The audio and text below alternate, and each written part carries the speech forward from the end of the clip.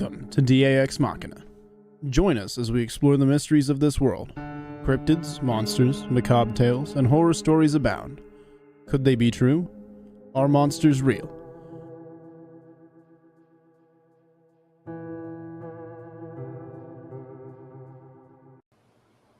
Good evening, folks. Thank you for joining us on another edition of Ex Machina. And also, the big shout out and thank you to all you guys who are members here at the Ex MachiNation.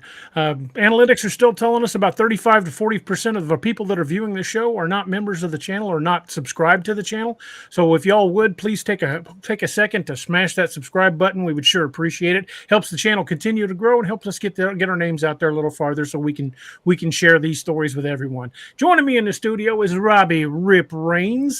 Carrie Pocket Doc Davis won't be here tonight. Neither will Steve. They're both handling personal business and will hopefully be back with us soon. But we have a very special guest in the studio. Those of you who are longtime friends of the channel know Ryan Paul Tremblay, the Wendigo guy. He's a good friend of ours. He's been a big supporter of the channel. He's been on the show numerous times, and he's probably one of the top 5 experts. Well, I hate to use. I don't really want to use the word expert, as we always say, there's no experts in the field. But he's probably one of the top 5 researchers in the field. He's usually my go-to guy when I can't find something. So welcome, Ryan. We appreciate you being here to the show. Tell us a little bit about yourself and what it is you do, brother. Oh, so this is where I get to give my Quint speech from Jaws, huh? You all know who I am. You know how I make my living. Oh, well, I'm an all-around monster geek, man. I mean, I got obsessed with cryptids at a really, really young age and just started studying Bigfoot, and then it led to Chupacabra and the Jersey Devil, and then eventually Goatman, and now the Wendigo and these skinwalkers. And I look into some very, very, very dark stuff. So if you're afraid of skinwalkers and Wendigo, then you might want to click away. But that's my field, and I'm really happy to be here again, guys. Glad to have you. Thank you for being here, man. My pleasure. So you're not just the Wendigo guy. You're kind of the go-to guy on a lot of subjects. You're more knowledgeable than a lot of folks I've ever encountered on not only Wendigo but the Skinwalker. Dogman's another big one. It is. When it comes to folklore or just plain lore, dude, you were one deep diving researcher. You find a lot of very obscure stuff.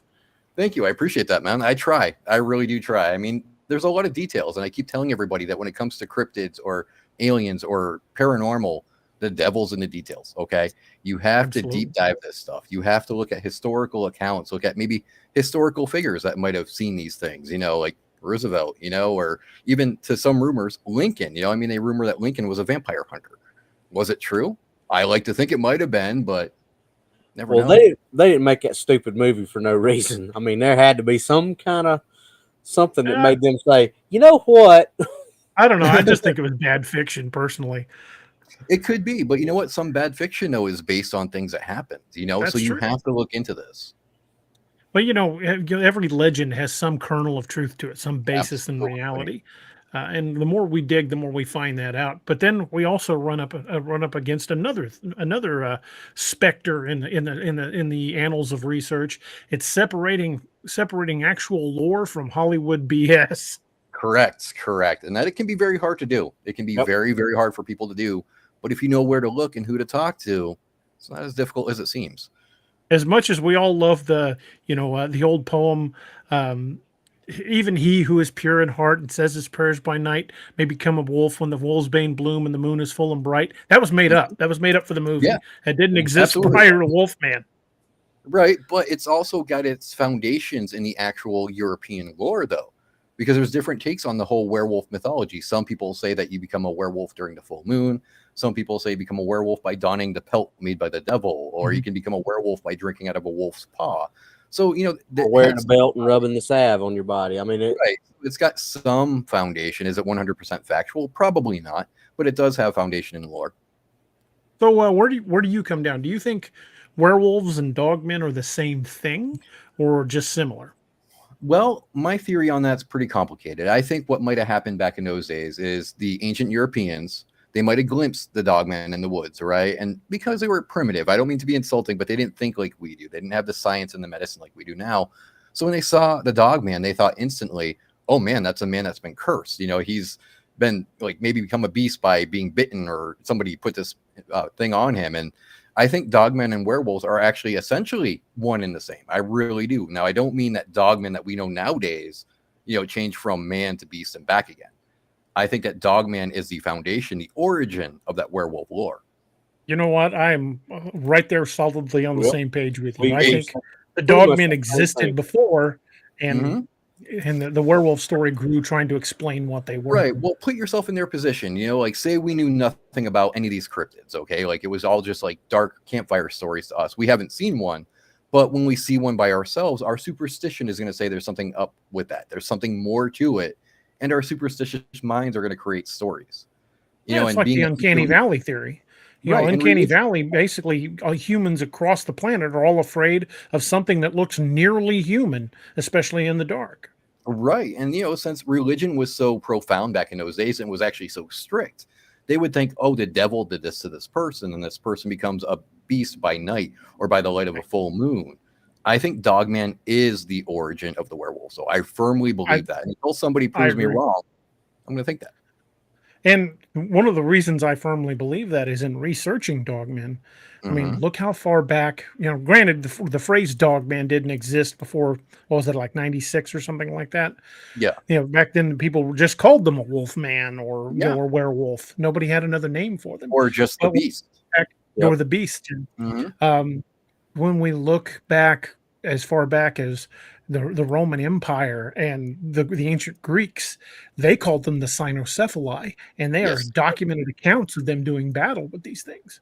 Yeah. Yep. And, that actually tied into my research as well, because I always ask people, how come the Dogmen nowadays are so different from, like the Wolvers over in Ireland and, the Celtic Mhm. lands? But when you look at the stories of the Cynocephali, though, they're not so different. They're really not, because you had two different types of Cynocephali back in those days. You had the kind that were kind of civilized. They had trading routes. They would, talk to people. Or They would trade- armor, were Right. But then you had these weapons. other guys that, they would be vicious and violent. And if they took prisoners of war, they were eating them, so they're not so different. So back in the day, they were essentially the same as they are now. Look at the And I depiction think- of Anubis. Go ahead. I mean, Anubis wore armor, used Oh. weapons. I mean, he, for all intents and purposes, Anubis was human-like and just had the head of a jackal. So here's the thing, though. Here's the thing about Anubis, and I think we as researchers might have to stop citing Anubis as a origin of Dogman, because in the early empire of the ancient Egyptians, he wasn't depicted as a man with a jackal's head. He was actually depicted as jackal form. And the reason why they did that is because jackals were outside the cities of Egypt, and they were very problematic, but they viewed them as powerful because they were always in number. So Anubis kind of had his origins in the jackal's behavior. And the reason why he was black, a lot of people think Anubis was bad, because he's depicted as black furred or whatever. That's not bad in the Egyptian thing. In the Egyptian civilization, he was depicted as black because the soil along the River Nile was black. It was very fertile. It gave life. So Anubis was made that color to show he was good. And prior to Anubis, there was another Egyptian god of the underworld, Wepelwet, which was His later brother. believed to be Anubis's brother. But Wepelwet had the head of a wolf. Yeah. And there was a city of the werewolves too in Egypt. Mhm. So So the story of man-like wolf creatures dates back to earliest parts of recorded history. So Right. people seeing them today is not new. No, and the wolves It's- were very it's- symbolic to the Egyptians as well. Mhm. They were very important because they stood for the grace, the speed, and the strength, especially unity as well, because wolves operate in packs. So when they used something as a wolf god, it was very important to them. And there was a lot of Native American lore on wolf-like creatures long before European settlers came to the North America. Yeah, the Ulanga. I mean, the easiest one that I've cited many times is the Ulanga Doglala, the Cherokee legend. Yeah, yep. That's one that I actually was researching some time back too, and that one's really interesting, DA. I think we should get into the details of that. Go for it, dude. That's what we're here for. All Jump on in there. Physically, it looks like the German shepherds or the wolf-headed dogmen that people are seeing. But when you look at the details, the way that it said to run was a lot different. It sloped. So what the Cherokee meant when they were talking about sloping, wolves run very smooth when they run like that. They said it ran like a badger, so that means that he wavered when he ran. So it's like he wasn't a wolf. So what was he exactly, because he sloped like a badger or a wolverine, and he could disappear. His name means the spirit with knife teeth. Right. So was this an interdimensional canine-like creature that was coming over for the Cherokee, or, what was it? That does seem like a Dogman, though. Yeah, very much so does. And I kind of grabbing and pulling in one of our pet theories here is that we believe that the reason why these things are so rare and hard to find is they're primarily subterranean. Look at all the primary disappearances, and especially in national parks. If you overlay the map of disappearances with the map of cave systems, the correlation is almost exact.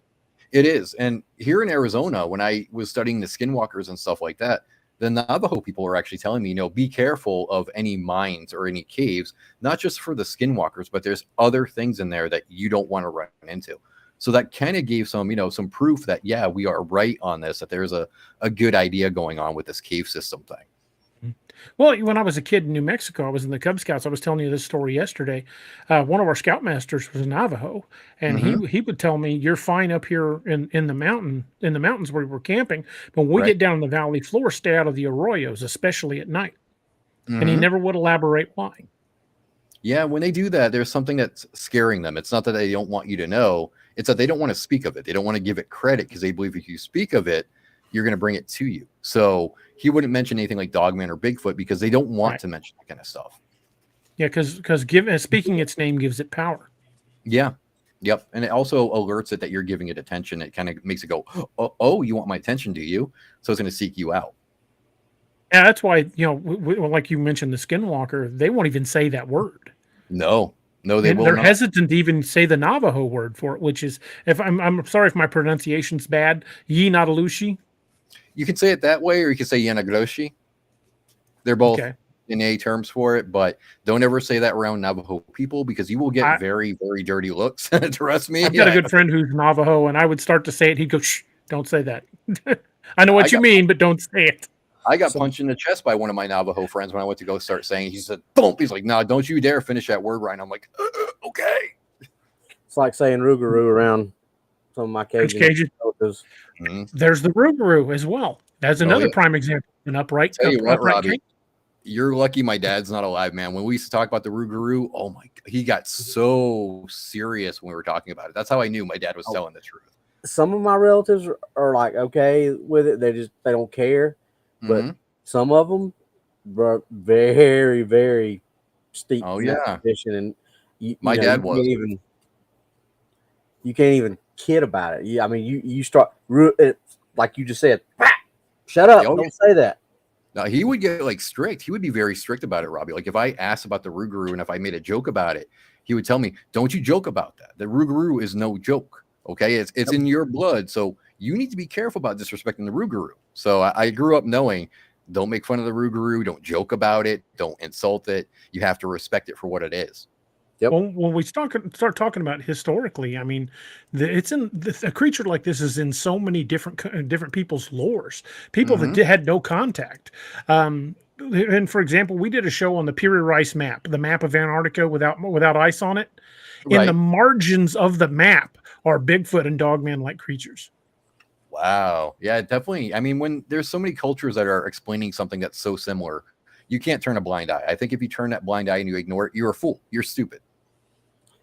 Just totally like exactly what we said the other night about Bigfoots of the world. I mean, when every continent and every major culture and civilization on this planet has some type of legend, and you throw Dogmen or werewolves, you Cynocephali, anything into that too, because those are there too.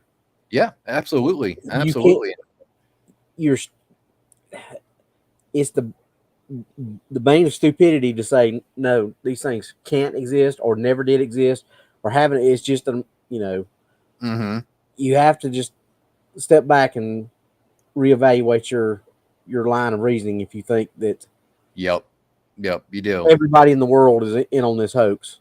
Yep, I have a friend who's like that. Like, we'll talk about Bigfoot, and he's like, "Oh, it's just coincidence that they all mention the same thing." And I'm like, "Well, no, it's not coincidental, because even if there was like brief interactions between all these cultures, okay, why are they adopting that one mythological figure? Why are they adopting the Bigfoot-like figure when they could be adopting all this other stuff, but they focus on the Bigfoot-like figure and they have statues of it and they have their own stories? That's not coincidence. That means something happened. Yeah. That's historically and when you dig into the lore, the folklore of other cultures, like just take, for example, Vikings. Vikings talked about trolls that lived in the mountains and in the woods. Yes, they but did. when they describe those trolls, the descriptions are very much like a modern Bigfoot.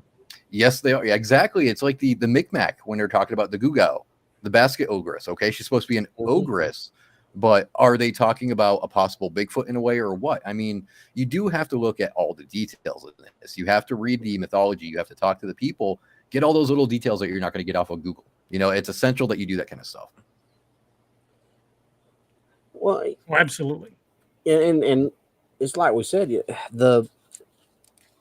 have to go. You have, like Ryan just said, you have to go out and do your, not just getting on Google and you know.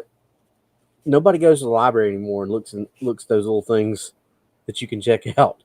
And you know, that's where I got started. I mean, DA too, and I'm sure you did too, Ryan. I mean, I went to the public library and anything that I could find on Bigfoot or werewolves or anything like that. You know, I was checking it out, and especially over the summer. I mean, I spent my if I wasn't outside, if I was inside at night, that's what I was doing, was reading through those books. Yep, same here. I mean, that's what happened with my skinwalker research. You know, I mean, it's weird. Initially, I was kind of a skeptic on the whole skinwalker existence. But when I started looking into like old articles from Tucson, Arizona, from Tombstone, Arizona, Phoenix, Arizona, there was illusions made. You know, they're talking about Navajo witchcraft. And I'm going, well, hold on. You know, there's something to this. And that's what kind of spurred me to go and talk to the Dene people and learn their stories about the skinwalkers.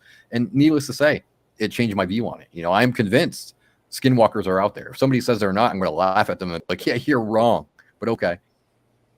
There was a quote. I don't remember the here, let me look up the quote because I don't want to butcher it. But it's one of my favorite quotes from Carl Kolchak. Oh. The old Kolchak, the Night Stalkers. Let me find it. Oh, yeah. That was a great show. Oh, I loved that show. I watched reruns as a kid, man. That and X-Files was like the inspiration to become a monster hunter.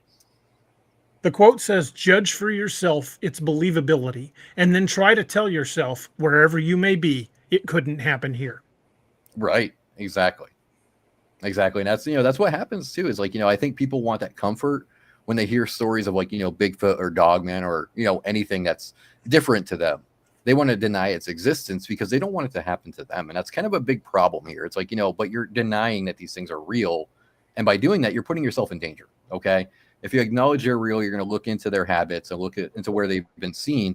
Thus, you're going to avoid where they've been seen. You're going to play it smart by acknowledging they exist. Exactly. We had a great comment here from N4UPD. It says, "I believe in cryptids, but now with AI, you can't tell what's real and what's not when it comes to photos and videos." I think that's why you're going to find that, you know, I can definitely speak for Robbie and I, but I'm sure Ryan's on the same page.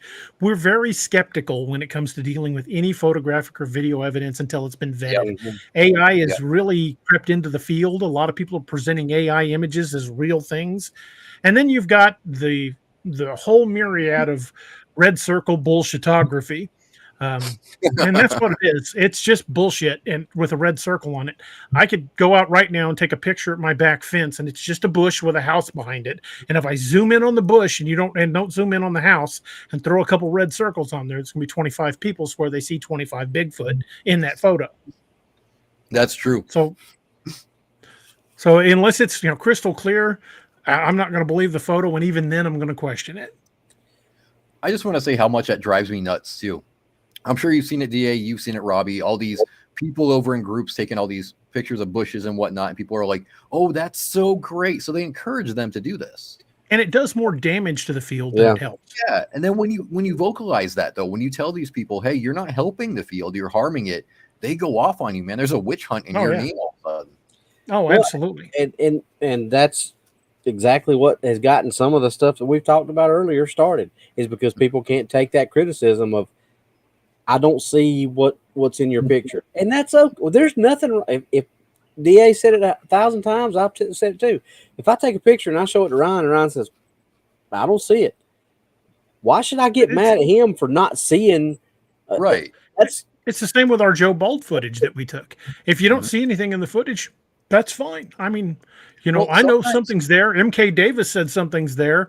We never claimed of what it was. I know what I think it is, but there was definitely something moving in that image. We just don't know what it was. Well, with photos though, sometimes the problem is like they don't explain what we're looking at good enough. Okay, as the person who took the photo and the person who's posting that photo, it's your responsibility to convey the whole story. If you're leaving out context and you're leaving out details, of course people are going to see things that aren't there. Don't encourage that though. You got to tell them, well, no. I'm trying to show you this. This is what's in the photo, not those 20 dogmen and their little pups that you're seeing. Exactly. Got a super chat from Sentinel. Thanks, brother. Appreciate it. Sentinel in the house. Nice. Always coming through. 6 killer. Yep. Mm-hmm.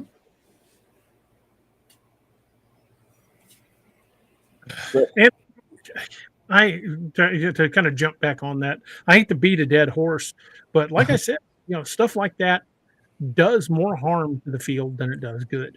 It really does. There are people that are just looking for their 15 minutes of fame, but if there's nothing in the image, there's nothing in the image, and no amount of red circles is going to change that. Here's the thing: if you're going to put a picture out there, I mean, if you're going to be out and vocal in a community like this, you need to have thick skin anyway. But if you're going to put a picture out there, you need to have even thicker skin, because there's going to be plenty of people that are going to that are here just to purely bust your balls. Oh yeah, there are people that's all they do. But I also have hangs around in these chat groups and watches these shows. Not everybody is a believer. Not everybody is here just because they like us. There are plenty of trolls out there who are in there, and I'm not saying anybody in our chat is, but I'm in general. So if you're going to do stuff like this, you've got to have a thick skin. You can't run and cry anytime somebody says, "Well, I don't see what your picture is." That's right. It is what it is. If you don't see think a lot of these I think a lot of these red circle photos are also deliberately put there to dilute the waters, to muddy the waters on the subject. It could be. I think a lot of them are people making fun of us too, though. I think a lot of people are to out see there. How many people are going to go, yeah, I see it. Yeah, they're bored. They got nothing better to do, and they don't understand what we do. So they're like, watch these guys. They're going to think there's all this kind of stuff in here. We're going to laugh at them. Which cool, have a laugh at our expense if you want to. But damn, dude. I'm not going to be the guy that says I see something when I don't. I'm just, I'll either not comment because I'm an adult and that's what adults do. Or if they ask me directly, what do you see here? So I see bushes. I don't see what you're saying. Honesty is what's lacking in this field, DA. We have too many hoaxers and too many storytellers that put all this BS out there. And then, they wonder, how come people think we're crazy? Well, listen to the story you just told. Your story sounds made up. So they're going to think all of us are making stuff up. Maybe stop making stuff up. We're at a difficult enough level to try to convince people that these things are even out there without saying that, they have a cloaking device they got from the Klingons and that they were beamed up by the Enterprise, and, they walk through portals, and that's how come their tracks can disappear in the middle of a field. We try common sense approaches to why these things are happening. And a lot of times people are like, nope, that's impossible. But it's a far more logical explanation than they just went through. They just went through a portal. That's where we have to start. I'm not going to say they can't. I'm not going to say that's impossible, because we know CERN opened a portal. Portals are a thing. But if even 1% of the stories of them preying on people are true and they could go through portals, they would have eaten us all by now. Right. And that's where we got to start, though, is we got to start with telling the honest truth on the, the more scientific approach, because until we can get to understand the science, we can't understand the blue. Okay. So unless we look at the whole flesh and blood theory, we can't really jump into the portals and the cloaking. That's exactly DA and I have said that as police officers and investigators, you can't start at point A and go immediately to point Z without it's not going to work exploring everything in between. Because when you get to Z and Z doesn't work, where do you go? Right. Yeah, it's hard to backtrack. My next analogy, then, you can't solve a crime with all the pieces of evidence. You can't skip over pieces of evidence and go, I have the whole story. You have to make your theory meet the evidence, not the evidence meet your theory. Yep. Exactly right. And I think that's what a lot of people are doing is like, oh, well, this happened and I don't want to believe You this. can choose what pieces of evidence to present. Right. That's just like a lot of rookie police officers going out and looking at somebody that hasn't done anything wrong yet on as they drive by and saying, that's a dirtbag. I'm going to go find something that person's doing, instead of just observing traffic and saying, oh, there's a violation. Oh, it happens to be somebody that put the violation first, just like put the evidence first, find out what your evidence is, then make your determination based on all the evidence you find, not what you want the evidence to say. Right. Like I've used this analogy before, but I'll throw it out there again. Robbie and I were both law enforcement. If we went to a crime scene, if we got called to someone reported a dead body in a house, and we get to the house and the house is locked securely from the inside, and we can see through the window that there's a guy, say gunshot, and there's no gun in his hand or no gun anywhere near him, one, we can infer it was a homicide, but we can't go, well, because the house is locked from the inside, somebody just must have portaled out. Oh God. You know how quickly I'd be peeing in a cup? Yeah. Yeah, they'd be like, bye-bye. They're like, okay, we're going to turn this investigation over to somebody else, and you need to give me your gun and badge until you clear a drug check. And my old chief's in the chat. He agrees with us too. I mean, you have to investigate things in a certain way. Just like, he was a detective for years.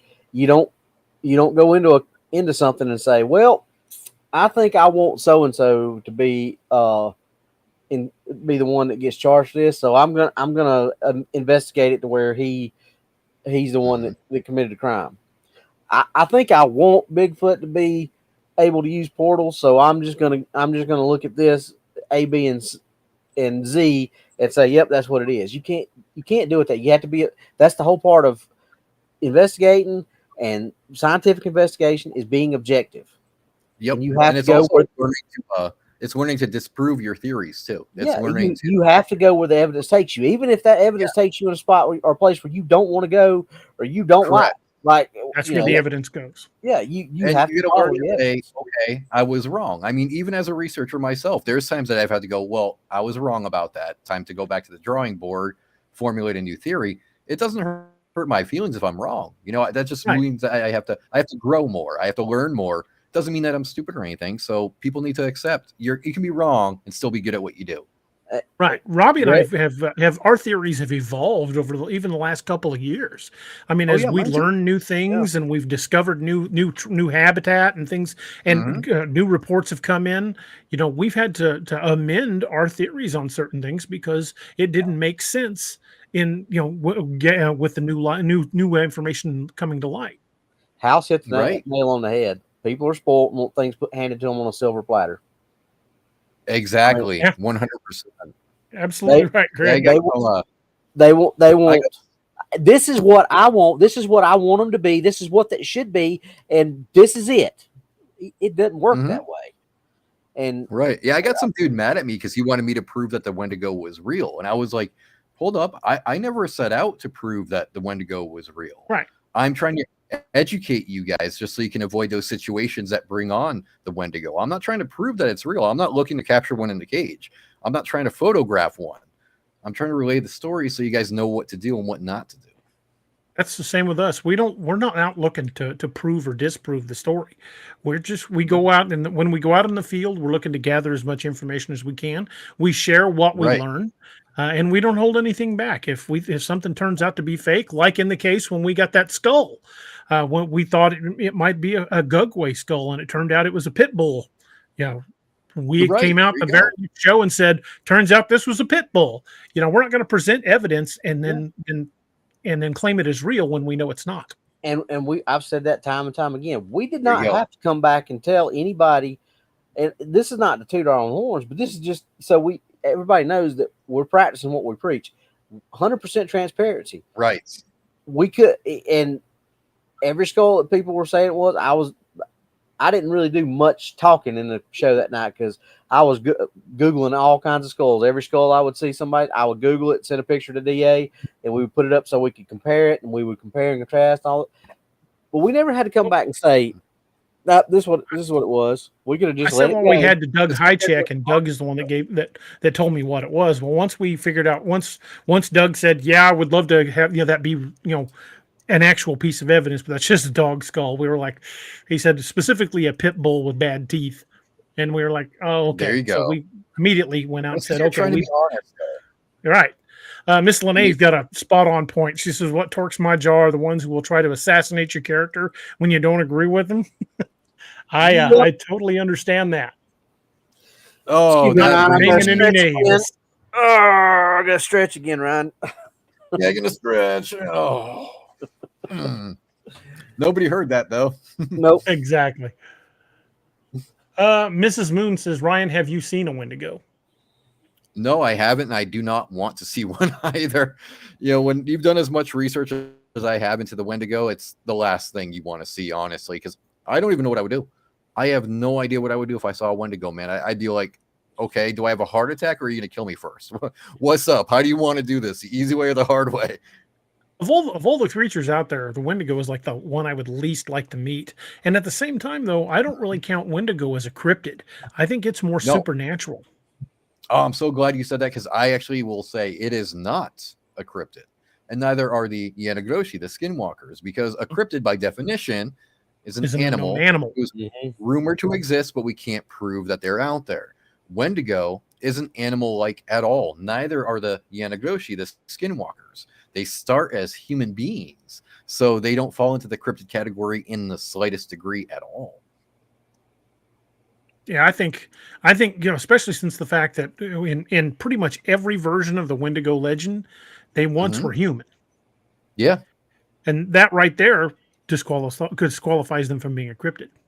Yep. Right, and I mean, look at Jack Fiddler. Okay, Jack Fiddler has killed 14 Wendigo. Okay, now if you read his story, they weren't animals. They weren't fur-bearing animals. They didn't have the deer heads. They didn't have tails. They were human beings that were possessed by the Wendigo entity. So he was basically a Native American exorcist. That's basically what he was. So right there, that should detract the Wendigo from being in the cryptid category. I totally agree. Flyby Stu, thank you for the super chat, man. That's a really cool name, Flyby Stu. I kind of like that name. Name win. And here's something too. If we're going by that same formula, then if werewolves are actually what the movies and the old legends say they are, then they're not cryptids either. Right. They're more supernatural, because that's a supernatural force that's making them change to go from man to beast. They're not really holy animals, no pun intended with the holy, by the way, but they're not animals, so they're not cryptids either. That's a very good point, Robbie. Yep. KHR797 says, "Do Wendigo leave signs as cryptids other than just a visual, any markings, etc.?" No. Usually what heralds a Wendigo's arrival is they hear the cry of the Wendigo, which means they hear the spirit scream out in the night. And when they hear that scream, when they hear that cry, they know the Wendigo's coming. And once it's there, they never know where it's at. They have no clue where that Wendigo is, where it's hiding, when it's going to strike. It's just stealth masters, the ninja. The spirit behind the Wendigo is basically demonic. It's the spirit of starvation. It's the spirit of hunger. Yeah, essentially. I mean, the Cree and the Algonquins wouldn't label it as demonic, but by today's religious standards, we would. It would fall into. Well, they didn't have a word for demons. It was, but it was a spirit. Well, it was a dark spirit. Yes and no. They believed in Manitow, which they had good Manitow and bad Manitow. So it would fall into that, but essentially a bad Manitow would be the same as a demonic entity. So you are correct in a way. But let me speak English again. By their reckoning, literally everything had a Manitow. Yeah, essentially, yes, but the Wendigo was just like, it was feared above all else, really. I mean, it was a Manitow that was as corrupted as it could get. Yeah, I think it's because the threat of starvation was so real at that time. It was something that could easily occur, and they didn't really know how to prevent it. So starving and eating somebody, becoming that Wendigo, was a very real thought and a very real fear for those people. And I can understand why after doing all the research. Definitely. Yeah, that's why I think your theory that we talked about last night, DA, makes so much sense about that certain. And I'll let you decide you want to talk about it, but I think that makes a whole lot of sense when you start. Hold on, we're at the bottom of the hour. We need to play a message from one of our affiliates, and then I have a great question I want to share with Ryan. So let's hear a little word from Doc over at Dark Angel Medical. Hey everybody, this is Kerry Pocket Doc Davis from Dark Angel Medical, and you are listening to DA Ex Machina with DA Roberts. You may recognize me or some of my products from Dark Angel Medical in some of the Apex Predator, Lakeview Man, and Wild Hunt books, and you can get those products at www.darkangelmedical.com, along with training classes on how to use those products and save a life. Shoot us an email at info@darkangelmedical.com and be the difference. And remember, folks, if you go to darkangelmedical.com, through the end of this month, you can use discount code Cryptid25 for 25% off your entire order. And if you're a first responder, if you work in that capacity anyway, you're HSA or FSA certified, these classes will all fall into the HSA and FSA certification. So you can get points for it, and you can actually get your departments to pay for it. Great courses, definitely how to save a life. And believe me, having one of these kits can mean all the world of the difference. Mm-hmm. Birthdays in boxes. And now back to that question. Ryan, this one I think I will throw to you right off the bat. Okay. Let me find it. There we go. Audacious Amber had a great question. How do you kill it for sure? Oh, in terms of the Wendigo. Okay. So there's a couple of ways. Now, the most simplest way that they would use when somebody was first becoming possessed by the Wendigo in the initial stages, they would use heated beef fat. And the reason why they use this is because they believe that the heated beef fat, as it traveled down into the body, would melt the ice around the heart, thus freeing the person of the hold of the Wendigo. But that didn't really usually work, so they would have to take a silver dagger. It had to be made of silver, pure silver, okay? They would have to dig this person's heart out. And once you've done that, usually you have to quarter the body, you have to burn the body, reduce it to ashes, then you bury it in silver boxes, and you bury it separately on hollowed ground, so that way the Wendigo can't rejoin and come back again. But a few different tribes have a few different methods. Some of them involve fire. Some of them, definitely, involve silver.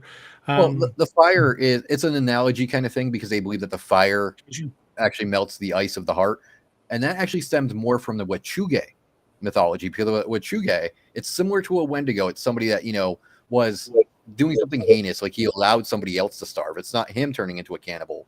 It's that he allowed somebody else to go hungry, so he becomes a Wachuge. And the way they would kill those is they would throw them on the fire until the Wachuge melted down to nothing. So there's similarities, but there's differences.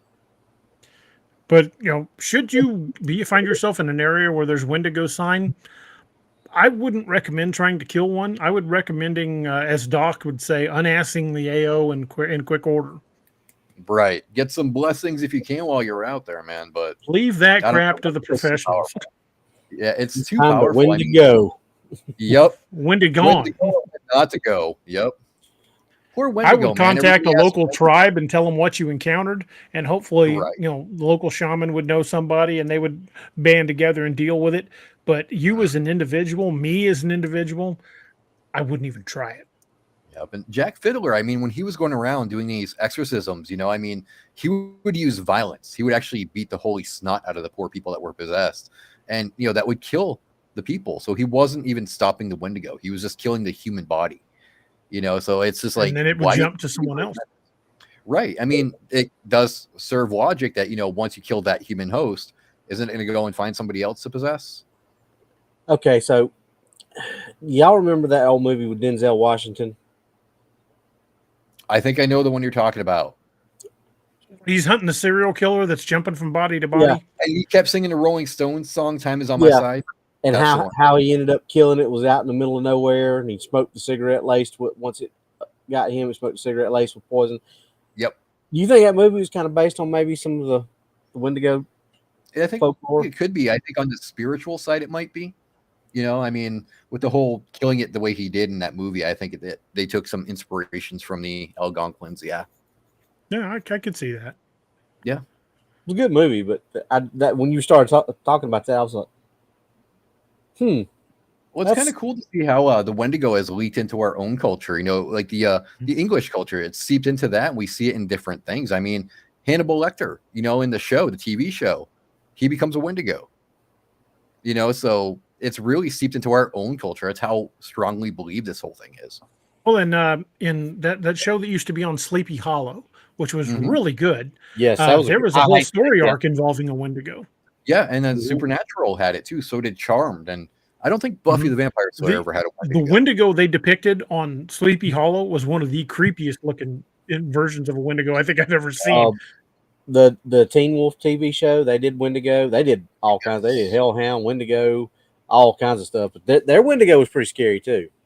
Oh yeah, I mean, with a Wendigo though, I think like if you're going to do a show, you shouldn't show the Wendigo itself until the very end.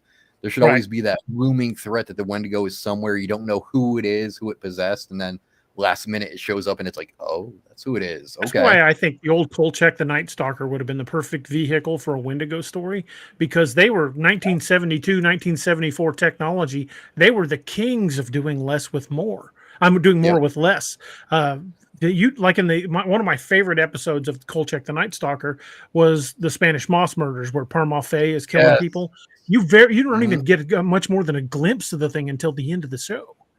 That's how it should be. The monster reveal should be that thing that, like, you know, people are really waiting. It's building and it's building, it's building, and then you scare the hell out of them with it.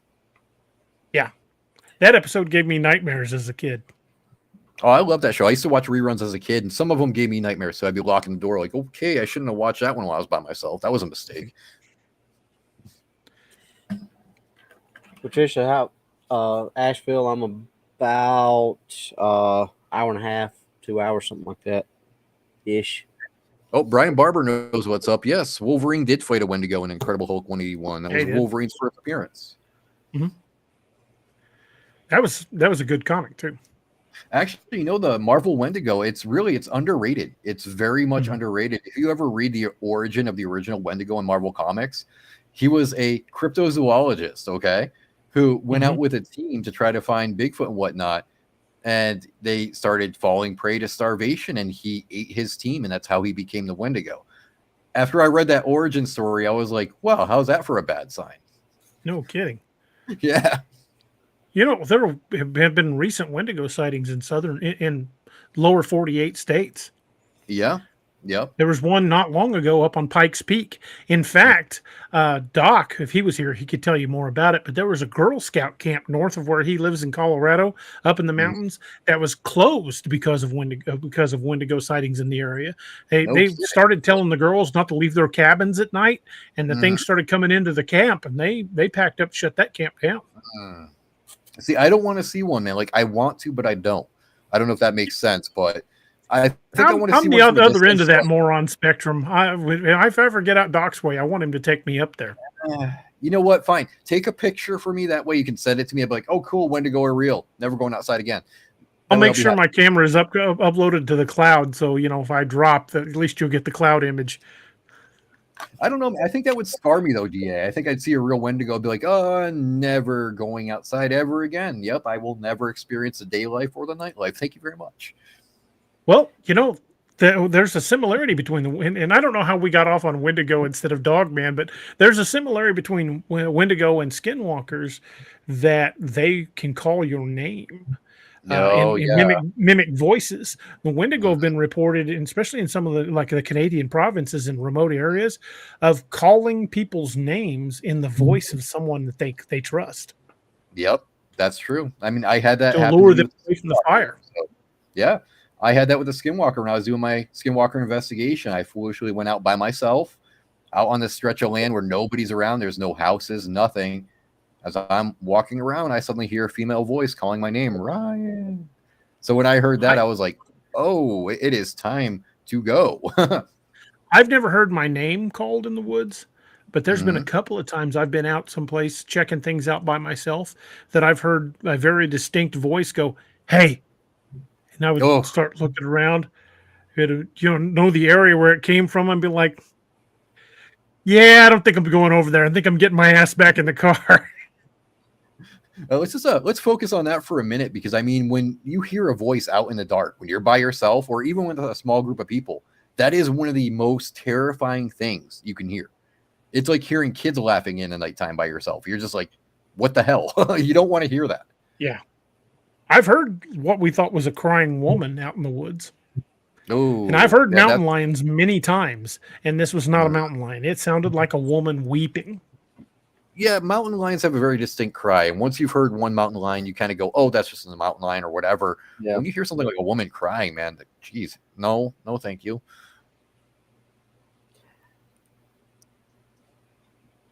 Somebody had, and I can't remember who had the question, but somebody asked what in the movie Ravenous about Wendigo. Yeah, that's a good movie. one of the best ones, actually. What they did is they didn't really mention the Wendigo a lot in that movie, but they filmed it in a way so the Wendigo's presence is felt in each scene. You can kind of get the hint that there's a Wendigo at large here. So I thought that was a really great movie. Yep. But circling back around to the show topic, if you think about it, though, Wendigo, skinwalkers, that's kind of the Native American, but yeah, an actual werewolf kind of sort of could be the English version of a Wendigo. Rougarou the same. Yeah. In a way. I mean, the two lore, the mythologies, they were interwoven. I mean, that's why people get Dogman, werewolves, and Wendigo mixed up, because the Europeans really interwove their culture with the Algonquin culture. Well, I mean, just look at the movie Skinwalkers. It's called Skinwalkers, and it's about werewolves. That drives me up the wall, because that is not a bad movie, not a great movie, but not a bad movie. But when you got the title, it just completely throws it off, because that's true. But like if you really start looking at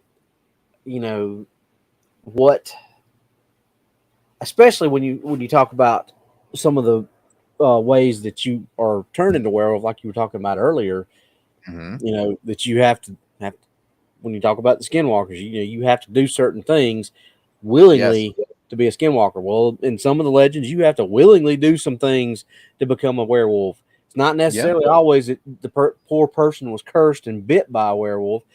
Some people, seek this kind of stuff out, just like the skinwalkers do. So, but it goes back to what we said earlier, that all this folklore and all this legend and these stories, they have a common thread, which is obviously us. But if you start looking at how many different types of Bigfoot there are, maybe some of this stuff is a little bit more connected than what we even know right now. It could be. Miss Lene says, wasn't Antlers about Wendigo? Yes, it definitely was, Miss Lene. That was a good movie, too. That was a very good Wendigo movie. Was that then Brian Barber says, there are different categories of Bigfoot. Are there different categories of Dogman and Wendigo? There's different categories of Dogman. I wouldn't say there's really different categories of the Wendigo, though. I mean, we have the type 2, we have the type 3. We have all these different types for Dogman, but we don't have different types for Wendigo, no. That chart that's floating around the internet of the different types of Dogman, I kind of dispute that chart, because I think the top 3 are just misidentified Gugway. I think they could be, and that's the one I was going to point up too, because they have that picture that looks like a monkey pretty much up on that chart. And that's not a Dogman in any way, shape, or form. Right. I always wondered that. If it looks like a monkey, if it looks like a chimpanzee, why is it on the Dogman chart? That doesn't make any sense. And then when they describe the legs as being human-like, it's like, well, okay, you take human-like legs with an ape-like face, push that over to the Bigfoot thing. So, and when it comes to Dogman on that chart that they've got floating around, I only think the bottom 4 are really worth discussing, worth putting in the discussion as Dogman. And there's just enough of the sightings of the hyena type to give it some credibility. But the one I saw very much looked like a wolf. Okay. So a lot of people are seeing different types. So I got to wonder if they're all the same type, but they're taking on different features based on the regions they live on. If it's like adaptations to change to their environment. It's kind of hard to believe that there would be a hyena type, even though I've seen the hyena type. Hyenas aren't canines. Right. So that doesn't make a lot of sense. It kind of makes you wonder what's going on there. The one I saw in LBL, saw it plain as day, got a good look at it for about 20 seconds. It was upright on all fours. It had its right hand up against a tree. And the head was the ears and the shape of the head was very much like a wolf. The only thing that differentiated it from being wolf-like was the snout was more like a mastiff or a Rottweiler. The snout was shorter and blunter. It was a wider snout. It wasn't pointed like a collie or a German Shepherd or a wolf. Wow. Huh. What? But and you talk about the hyena. What did they end up saying that the beast of Gévaudan was? They claimed it was a hyena. They claimed it was a hyena. So what part of a menagerie that had escaped. Yet how many people did it kill? Well over 100. What if it was really one of these hyena versions of a dogman? It could be. I mean, I'm open to any possibilities from the encounter I had. There was someone I was talking to who said cave hyenas might still exist. Now, if that's a possibility, that's great. That'd be fantastic because they'd be a Texas Lazaron species that are, they're coming back from the dead. But, it's like, but mine actually stood up though. Hyenas don't stand up. Even if they're cave hyenas and they're prehistoric, they don't stand up on two legs and charge towards you. So that doesn't really give me a very good answer. Yeah, the one I saw was definitely standing on two legs. Mine too. I mean, he stood up and he held onto that branch, and it's like hyenas don't grab onto branches though. No matter what kind of hyena it is, they don't wrap their hands around a branch and just sit there. Okay. Greg, that is definitely within the wheelhouse. When you look at the four types of dogman that we're talking about, the Anubis type is definitely in that. So that's more jackal-like then. I think when we say Anubis type, we get to say jackal because that's what Anubis was depicted as a jackal. But when you get the reports of people saying that they saw a dogman wearing armor or speaking, it's generally that or the wolf type. You don't hear the hyena type being intelligent and speaking, and a lot of the wolf types you don't hear. But if you hear of them being seen wearing copper or even bronze armor, it's generally the jackal type. Yeah. I gotta wonder though if those are like interdimensional beings though. I mean, if they're anything like Anubis at all, then wearing armor, that shows some great intelligence. That's like beyond animal intelligence. So they know how to craft this stuff and they know how to put it on.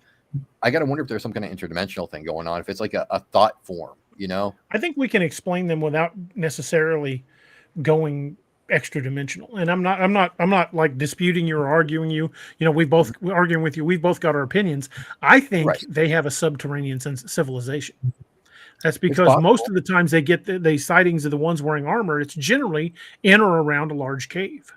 That's true. That is true. That's a good point. Yeah. And I mean, again, I'm just spitballing theories here. I mean, we could both be wrong. I mean, we don't know. And again, folks, I try to stress this as much as I can. There are no experts in this field. That's the big thing. Like you just said, we could both be wrong. We very well could be. We could be so far off the mark that Dogman's sitting there laughing at us going, God, you guys are idiots. It's so simple and you guys aren't seeing this, so. But thank you, Patricia. Appreciate that. Oh, and Ghost is in the house. Ghost Dragons. Hey, thanks for showing up, brother. That's a great guy. You got a following, brother. Yeah. Yeah, I do. He asked earlier if you'd showed the Wendigo skull yet. But we were I didn't. Do you guys want me to show it to you now? Yeah, absolutely. Let's have a look. That. All right. Ryan and a friend of his are making these. And in the very near future, if you guys are interested in having one, you can contact him through Facebook and he'll be selling these. Here you go. I'm already on the list to get one. It does glow in the dark. There's glow in the dark paint on there. And there's positive runes. Don't worry. I didn't curse myself with any bad runes, I promise. That is bad. But everything is hand painted 100% from the ground up. And when we start selling these, if you guys want anything custom, just let me know and let me know what colors you want and everything. So there you go. Chris Barcard says the caves and the shape of the lakes have something in common.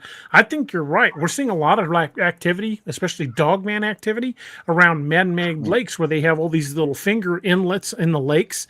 And I think when you've got a man-made lake, it follows the path of a river. So you're going to have all these little plateaus and little peninsulas. I think that makes them easier for them to trap prey on one of those peninsulas. So I think man-made lakes attract these things. Oh, yeah. I mean, it would make sense if they knew how easy that was to catch prey there. They're going to go where it's easier to catch prey. Well, here in Missouri, there was a creature they used to call the Beast of the Valley. It existed along the Osage River before Bagnell Dam was put in place and Lake of the Ozarks was built. And that happened in the 30s. And even today, there's still sightings of a dogman-like creature up around Lake of the Ozarks, but it died down for years after that lake was built. Mm-hmm. Yeah. Interesting. It kind of I think it drove them out of the area for a while. It could. Yeah. I would see that. Whereas LBL is kind of the opposite. I think they were trying to trap them. I mean, LBL was the land between the rivers before it became land between the lakes in 1963. Tennessee Valley Authority dammed those two lakes to create dammed those two rivers to create those lakes. Kentucky Lake and Lake. The other one escapes my memory for some reason. So maybe they were made to keep those things there. They don't want them getting out. They kicked hundreds of people off their land to make that. To make the LBL. Yes, and they did. Now LBL is a hotbed of sightings and disappearances. Mm-hmm. That it is. And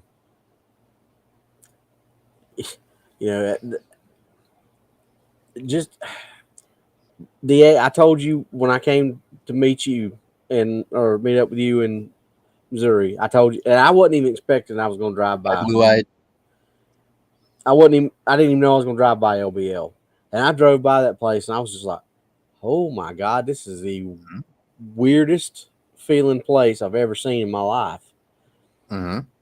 And now that you've been there, it's even worse. Well, but I just drove by, so I kind of thank you, Greg. Lake Barkley went by, went to the wayside, and then we went to Joe Bald. I was like, "Oh, this is creepy." Then I actually went to Joe Bald or to LBL, and that place is just off the charts. I mean, I got to get you guys up to the Superstition Mountains, man. There's this one place that I went to. The minute you walk in there, man, the weird vibes are heavy, man. Your shoulders are going to go down because it's so heavy when you walk into that place. I definitely want to go. And there's dogman sightings in there, man. I've taken a lot of accounts from Superstition Mountains. Well, there was near the Superstitions. There was the account of those. I think they were Border Patrol. They came across a site of carnage where the guys were sneaking drugs across the border, had run into a pack of dogmen, and there was just an absolute pandemonium. There was multiple people dead. They found blood everywhere and the tracks of these dogman type creatures, and nobody survived. Yeah, I mean, out here in Arizona, they tell stories of how, the immigrants that are coming up from Mexico get attacked by, canine-like creatures out in the desert. And they're not meaning coyotes. They say very large canine-like creatures. So there's something to that. Considering they're coming across the border illegally anyway, nobody's going to report it when they go missing. So how many people go missing in that area that we may never know about?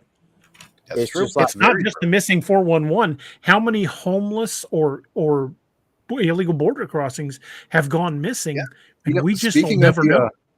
Speaking of the homeless, I actually, a ways back, about a year ago, I was talking to a group of homeless guys that they refused to go to a certain area in Tucson. They lived down in Tucson, but they would tell me, don't go to this tunnel. There's something in there that it's not human. And they described like a werewolf-like creature. And they kept telling me that, people would go missing if they went in there, that if you walked into those tunnels, you wouldn't walk out because those creatures are in there. And interestingly enough, DA and Robbie, they had those tunnels sealed off. They had grating on those tunnels so people couldn't go in. So it makes you wonder, who knew about this? What did they know about it? Because they had those tunnels actually sealed off. So right, kind of like a certain cave. Got sealed off with a exactly. So it's like a piece of steel. Yeah, that's right here in Missouri. Yeah, it's just, it's interesting when they have places sealed off. It's like, it makes you wonder what's in there, what's not supposed to be in there, and what are they keeping from getting out. Exactly. But if you look at not every, but if you look at the main, Beast of Bray Road, mm-hmm. The LBL, let's just take those two. If you look at both of those and you start looking at the differences between that, correct me if I'm wrong, but nobody has ever claimed that anybody got really hurt from the Beast of Bray Road, right? That's Right. just sightings. There have been a few people who've been grabbed, but I don't there was a recall mother and anybody daughter. being attacked. Yeah, There was a she mother and grabbed through daughter the window of a car. Yeah, they pulled up to a stop at the actually Bray Road. They were at the sign, and as they're waiting, they could hear the heavy, thump, thump, thump of something walking up, and furry hands reach into the window to grab one of them out. But LBL is completely 180 from that. Yeah. Well, I mean, that goes back into what we were saying earlier, though, with the Cynocephali, how, some stories are of them being really cordial and civil, but then you have the other stories of them being aggressive and barbaric. Where I was going with that was, what if, because we know, we talked about it last night, that one of the translations for the LBL is cursed land. What if whatever's there is not really, I don't want to say it's not really in its right mind, but what if it has specifically been made to do what it's doing? Where it's not really like what you would see at Bray Road. It's just an animal that's just doing what animals do. Whereas this one is on a mission, so to speak. So you're kind of alluding to maybe it was called up by certain forces, and that's why it's really off the rocker. You know what? Well, maybe like 3 years ago, Robbie, I would have been like, oh, that's insane. That's not true.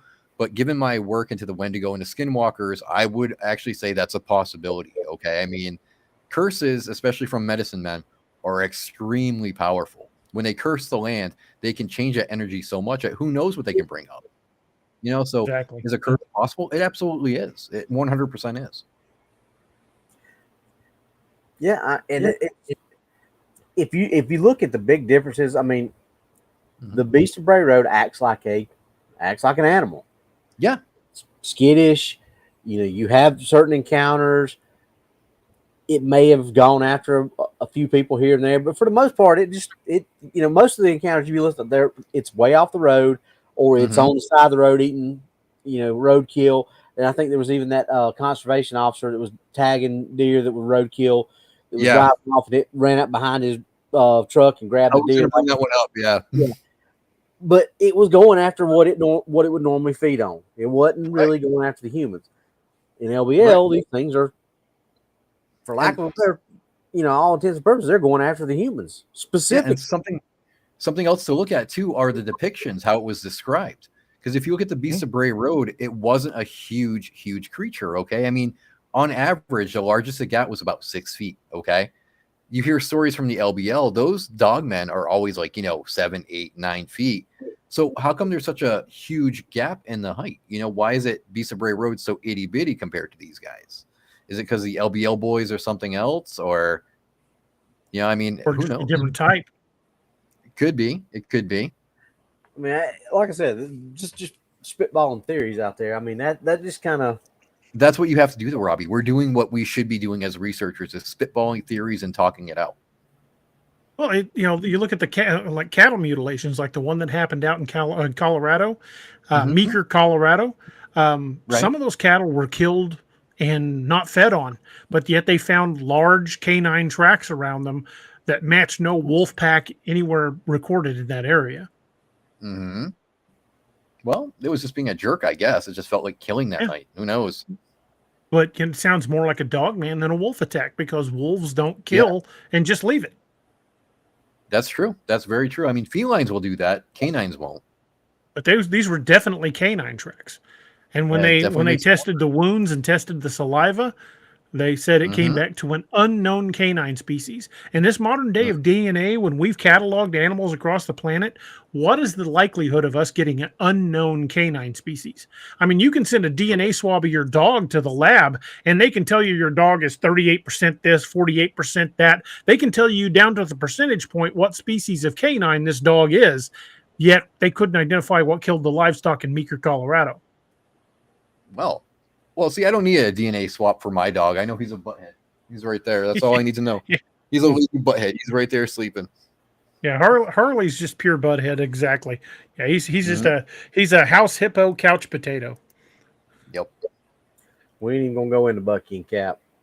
They're a whole different breed. Yeah, see, actually, Lenora said something really interesting. She feels like the Beast of LBL might have been a Gugway.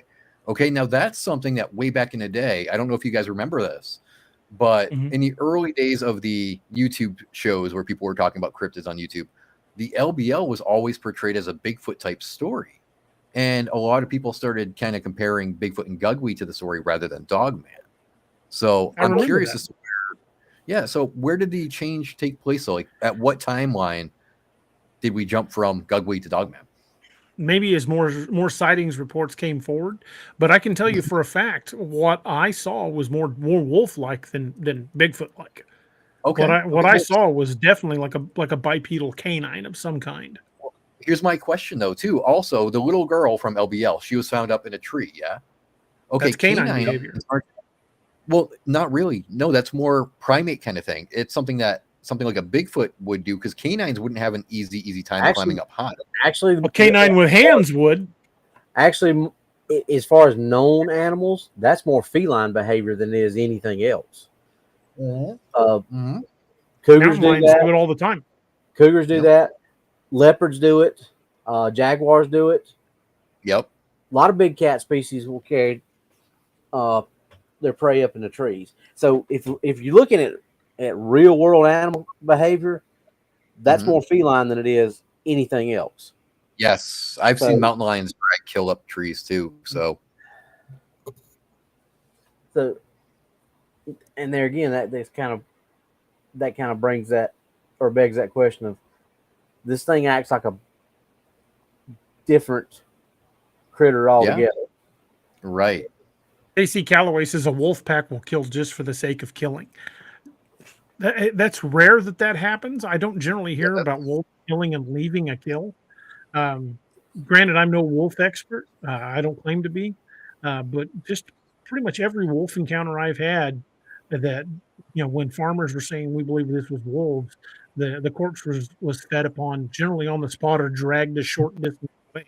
I don't remember any incidents of talking to farmers where they said it killed it and just left it. Yeah, I don't know. I've never heard of wolves killing just for the hell of it, though. I haven't either. But see, and here, when you start talking about that, like you said, it's that onion, peeling the layers back. Think about some of the other legends from like South America, Peru, places like that, where jaguars, so there are stories of those kind of animals involving feline species.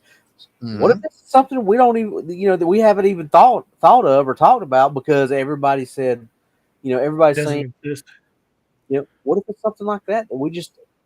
Right. And it's funny that we're ignoring the reports of the cat people. I mean, people are seeing like feline type creatures running around. Yeah. But we kind of the reports of those are pretty rare, though.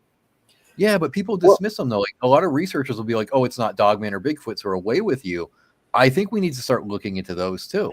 Well, I definitely don't dismiss them, but I've only heard of a handful of feline encounters. Think about the 82 attack, DA and Ryan both. Think about what we talked about this last night.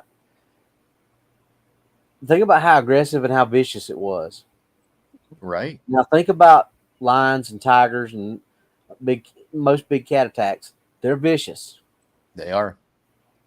So what if this is purely coming up right? This is the first time I've ever thought of this. What if this? Because we talked about how weird this place is. It's got a vortex. It's got 3 ley lines, and we have kind of sort of started figuring out comes to a point right around this place. Right. What if this is something totally different than Bigfoot, Gugwe? It could Dogman, be werewolf, anything. Entirely possible. Yeah. What color is feline eyeshine? I don't know. Sometimes it's yellow. Sometimes it's a golden yellow. It can get green. It can get red. It can. Well, if it can get green, the eyeshine I saw on LBL was green. Josh Dalton says, "What if the Dogmen drove Bigfoot out of the LBL?" Dogman sightings are still very common in the north of LBL, but Bigfoot sightings are very common in the southern half. Yep. I don't see a normal Dogman running a Bigfoot out of anywhere. Yeah, I don't either. I think Bigfoot's going to be like, oh, you think you're cute? Okay. Well, the Choctaw spoke of the Bigfoot and the Dogmen going to war over territory. So I don't think these things are any stranger to one another. I think you get 2 super predators in an area, they're going to compete for resources, and they're not going to like it. Especially if the Bigfoot type that's in there is a Gugway. I don't see a Dogman running a Gugway off. Well, I mean, my take on that's a little bit different. I mean, if they've existed for a long time together, if they've coexisted like that, I think maybe the two species have learned to get along. I think they've learned to give each other a very wide berth. You know, like, this is Bigfoot territory. This is where we hang out. This is where we get our prey. Don't go over there. I don't think they really have conflicts like people want to think they do. Because, I mean, any injury in the wild, it's a death knell for you. So if you get a broken leg, you know, and you're a dog man, you can't hunt anymore because you get a broken leg. You can't chase down your prey. Or if you get a broken jaw, you can't eat. So I think they avoid conflict whenever they can. What? A lot of big predators are very territorial. Mountain lions will run other mountain lions out of their territory. Grizzly will run other grizzly out of their territory. So I think they're very competitive for resources, but you're absolutely right. You know, most of these, like even grizzly on grizzly, they rarely do any real damage to each other. They'll fight to see who's the dominant one, and the other one will beat feet. That overpowering to see which one can take which one down, but not draw blood or to kill it. It's one of those, you know, I'm bigger than you. No, I'm bigger than you. And they, you know, kind of go back and forth. And kind of like with sharks. If you've got smaller sharks feeding on something and a bigger shark shows up, they scatter like cockroaches when the light comes on. Yes, they do. They sure do. But the reason I started thinking about this is Jessica did a show on the Beast of Bladenboro a couple weeks ago. That seems to be a feline. The lady was attacked from above. It was pounced on, which is feline. Very cat-like. Very cat-like. So the little girl was carried up in the tree. Cat-like behavior there again. Yes. The hyper-aggressiveness. Feline. Yeah. Maybe we've just been looking in the wrong place. I think we have been. I really do. Because, I mean, like I said earlier, the way it changed from a Bigfoot story to a Dogman story, it seems like it's very convoluted. You know, like, we don't know which direction to go with this, and we got confused. Because really, I mean, LBLDA, it was a brief mention by Jan Thompson. Like, it wasn't a big thing that she was putting out there. She wasn't trying to solve this. She wasn't trying to push it. So I think on that little tidbit, that little kernel of story that we got confused. I think that's what happened. I really do. Whenever I go out, no matter where we're going or what we're doing, I'm not looking for any one particular thing. I'm looking for signs of something. Yes. You know, I don't go out specifically saying looking for Bigfoot. I go out looking for signs of something in the area. And if I find Dogman tracks, great. If I find Bigfoot tracks, great. If I find, you know, cloven bipedal tracks, I'm getting the hell out of there. Yeah. If I find something like that, I'm gone. I'm gonna be like, yeah, no, peace. Yeah, you can have it. I'm out. Yeah. Hey, Robbie, we kind of missed the top of the hour. Do you want to tell us a little bit about Scallywag? Just give us a brief overview. Ryan, we got to do another one of our affiliates. Scallywag Tactical is another one of our affiliates, veteran-owned company that makes some of the best blades that you could ever have. This is the Dew Claw. Got the big SDA's razor. This is the Bounty. Lord. Yeah. The big one. The mini jack. So the mini jack, that's the sword for Doc. Craig is a great guy. He's got a great team around him. They make great blades. Like DA said, I'm just going to hit the high points. You're not going to be able to go and that's the Wahoo. You're not going to be able to go out to a store and buy anything that's going to be head and shoulders above better than these knives that you're going to pay probably a third of the price that you're going to pay for a CRKT or, you know, Kershaw, Benchmade, or Spyderco. I mean, they're very proud of their stuff. But the thing with them is those are good knives. They're great knives. I've had every one of them. But you're just a number to them. You're somebody to Craig and his guys. You know, I love Steve's story about how he broke the tip of his privateer and talked to Craig. Craig kind of explained to him the error of his ways. But Craig took that knife back and he fixed it for him. He didn't have to do that because Steve says it all the time. He said it was my stupidity that broke the knife because I didn't understand. But that's the kind of guy Craig is. So he made it right. Yeah, he made it right, even though it wasn't his fault. So for the rest of this month, which we're getting close to the end of April, but go check them out. Go to the blemish blades. Lost my words. Go check the blemish blades out. Go check anything they got out, because right now, instead of our normal 10% with DA Roberts 10, you're going to get an extra 10% off that, so you're going to get a total of 20% off. So with the blemish blades, you can get yourself a really good deal on some of these knives. They've got folders, they've got fixed blades, they've got the boarding axe, they've got kitchen knives, knives to put in your tackle box. They've got it all. They've even got their scally swag, which are t-shirts and hats and shot glasses and whiskey decanter. They've got it all. Go check them out. Tell them we sent you. Great place, great group of guys. And that's all I got to say about that. And there's a bit of news on that front I'll share with you guys. I just got the email from Craig. Scallywag Tactical is merging with Gray's Cutlery, and we are going to see some amazing blades coming out in the next year. Gray's is one of the leading in combat knives. They amazing blades, some of the best I've ever seen. But they have now partnered with Scallywag Tactical, and in the next 6 months to a year, we're going to start seeing some incredible new blades for pretty much all occasions. So be looking for some of that coming, and definitely take advantage of that 20% off through the end of the month. Very cool. To answer the general, sorry, I'm just a sergeant there, General. I didn't have that knowledge that you had come across your desk. Sorry. Lowly little Sergeant Tracker didn't have that information. I'm sorry, sir. I didn't fulfill my job the way I should have. Oh, you're in trouble now. Right. She says all of mine are blemish blades, and you would never know it. I've got a bunch of their blemish blades, and there's only one that I got that I could even find a scratch on. Nice. You're gonna have to get me some blades, I think. Definitely. Check them out. You can't go wrong. But back to cryptids. Yep, right back to it. Right back to it. Jumping right back in. We're a little late getting back to this, so I'll probably give it another 20, 30 minutes before I talk about our final for the night. But we'll definitely jump in the middle of this with both feet. So you guys think it's entirely possible that we've got something new at LBL? I think it's possible. Yeah, I mean, like I said, I've always kind of. This is one of my favorite cryptid stories, obviously. You know that, D.A. Ryan, you know that too. But I've always just thought there's just something, and it's almost like it's right there. I can almost touch it. I can almost see it. So as we're talking about tonight, I start thinking, well, there's stories of were jaguars and were pumas and all this kind of stuff. Why couldn't this be something that, we've never seen? Yeah.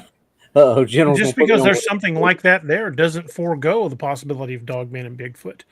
They could overlap their territory. That's true too.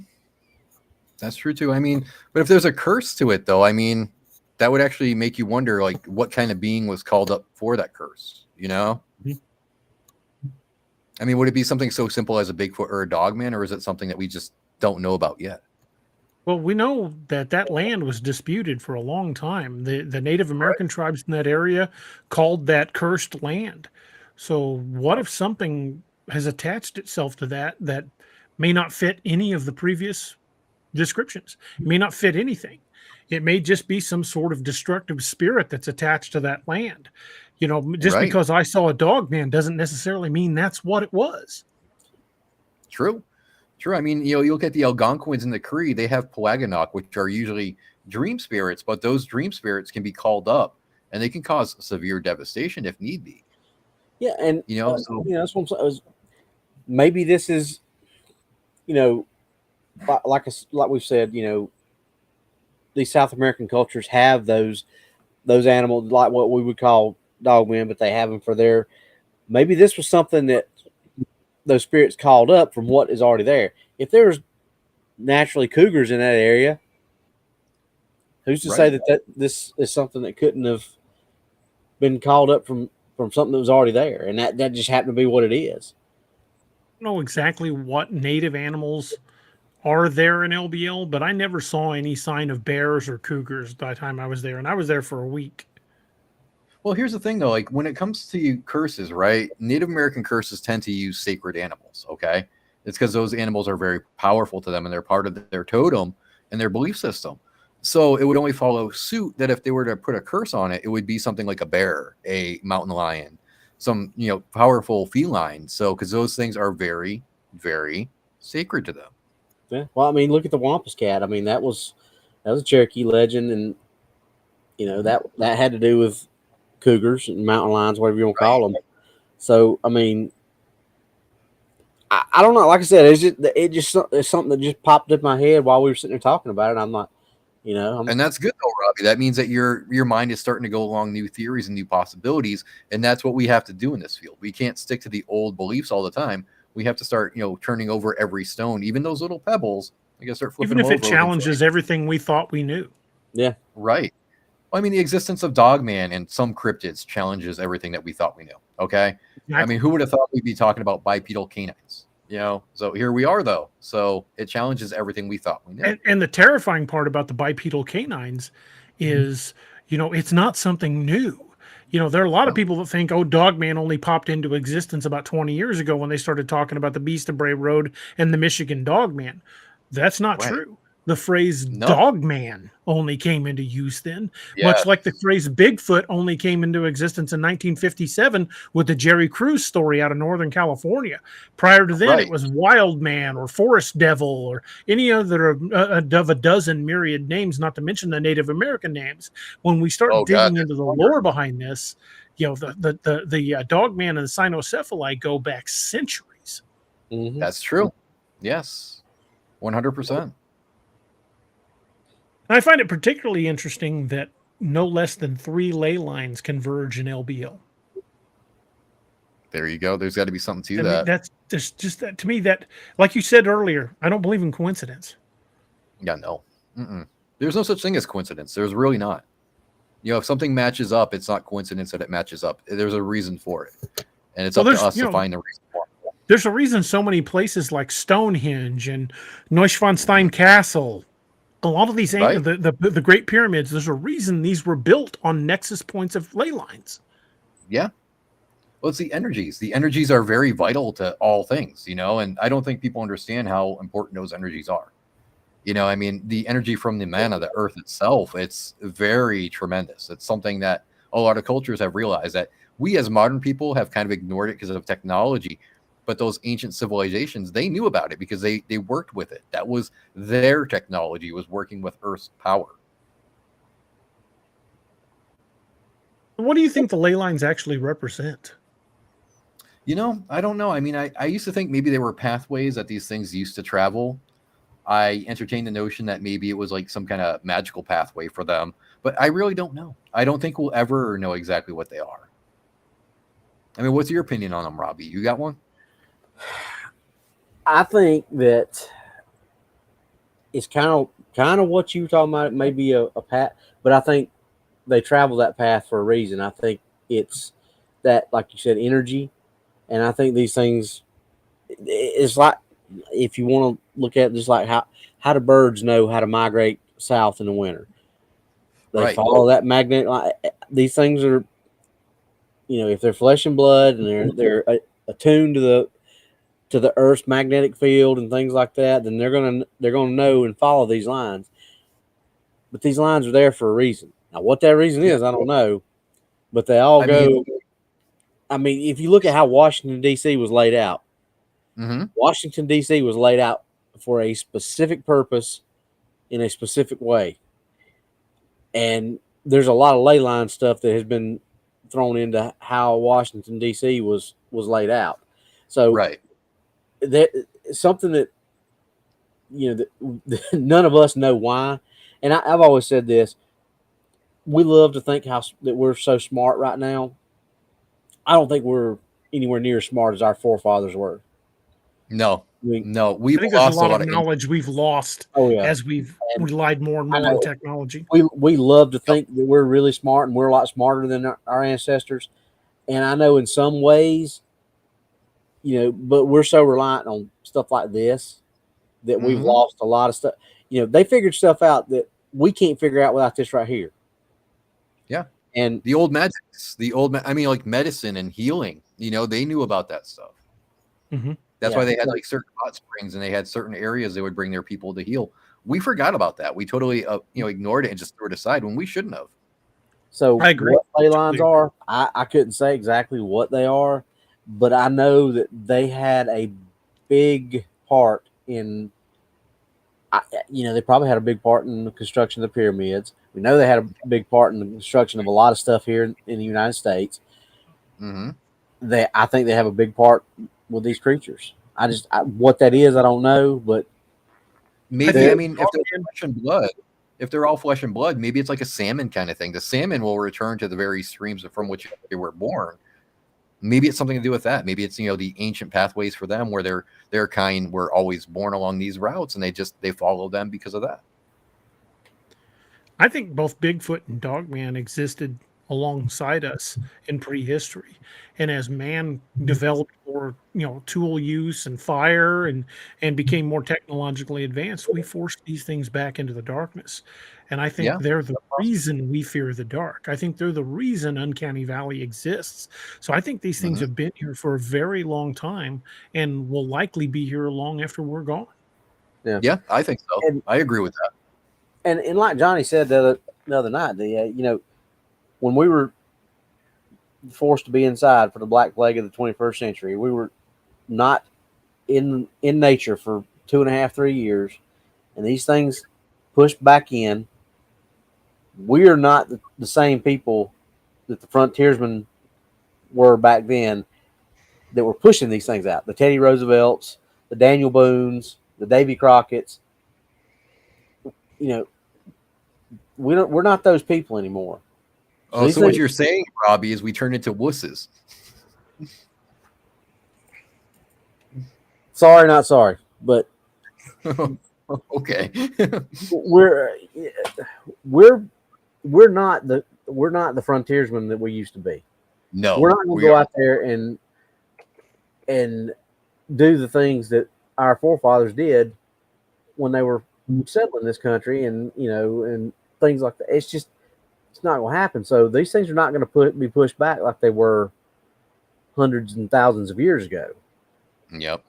Yeah, we're too comfortable. I think that's why a lot of people are afraid of cryptids, is because it disrupts their comfort. Like they want to be nice and cozy in their little warm houses with their cell phones and their laptops, and the existence of Dogmen and Bigfoot disrupts that, because there's something dangerous out there that could take us because their instincts are so much better than ours. They're much closer to their primitive selves. Poncho Zor says ley lines are just latitude and longitude lines. Not true, sir. Whereas latitude lines go north and south and east and west, ley lines are not constricted by that. Ley lines will go in pretty much any direction. Yep. True. Very true. George White says there's a picture of Dogman on the pyramid, on the wall of the pyramid. So how far back does this go? Well, we know it goes back to at least ancient Egypt, ancient Greece, and Rome. Yeah, Catholic iconography shows Saint Christopher as the dog-headed saint. He was depicted in Catholic imagery as being a dog, having the head of a dog, until he performed his first miracle, at which point he was supposedly cured by God. But he was in the early pictures, he was depicted as having the head of a dog. Both Marco Polo and Christopher Columbus talk about seeing Cynocephali on their journeys. Interesting little tidbit for St. Christopher. You know how people say, I feel like I have the world upon my shoulders? That was derived from St. Christopher's story. When he was carrying the boy across the lake, carrying the Messiah across the lake, he told the boy, how heavy thou art. I feel like I carry the world upon my shoulders. And the boy responded to him, you do carry the world upon your shoulders. I am so-and-so. It was Jesus he was carrying across that river. So that's where we get the term, I carry the world upon my shoulders. We get it from St. Christopher. We get it from the dog-headed saint. Makes perfect sense. Yeah.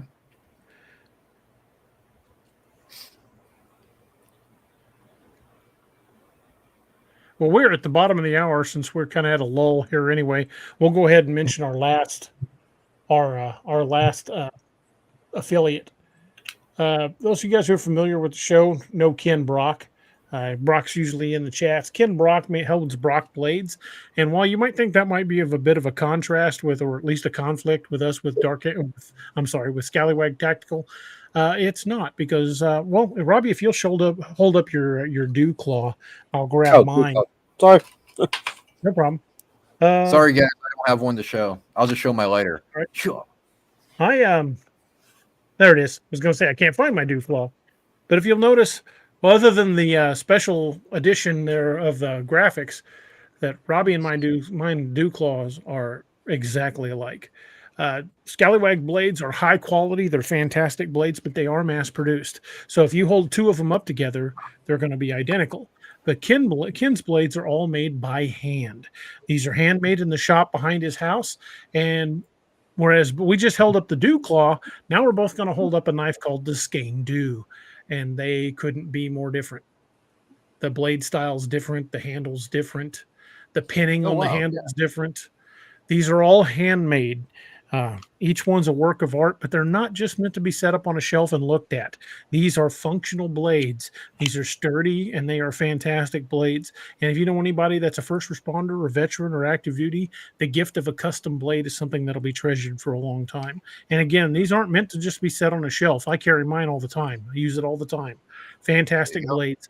So check out brockblades.com. You can order anything he has currently on the website, or you can order a custom blade to your specifications. And if in the description, make sure you mention that you heard about brockblades.com through here at DAX Machina, and he'll make sure you get your 10% off. So on checkout, use discount code Cryptid10 for 10% off your order. Definitely check them out, folks. Thank you. Very nice. It's nice. It's nice. Oh, Audacious Amber wants to see the skull. Okay, give me a minute. I'll grab it. Hold on. I will show it again. Outstanding. I love these things. Okay, so Audacious Amber wants to see it. I'm trying to get it all in view for you. It's pretty big. As you can see, it's a really good size. And it's 3D printed? Yeah, and it's very light. It's incredibly light. It's not even a pound. So when you hang this on your wall, it's not going to cause any damage or anything like that. Nice. But just let me know what you guys want on it when I paint it up for you. Just like be very specific about the kind of ornamentations you want on it. Okay. So there you go. That is wicked cool. Thank you, good sir.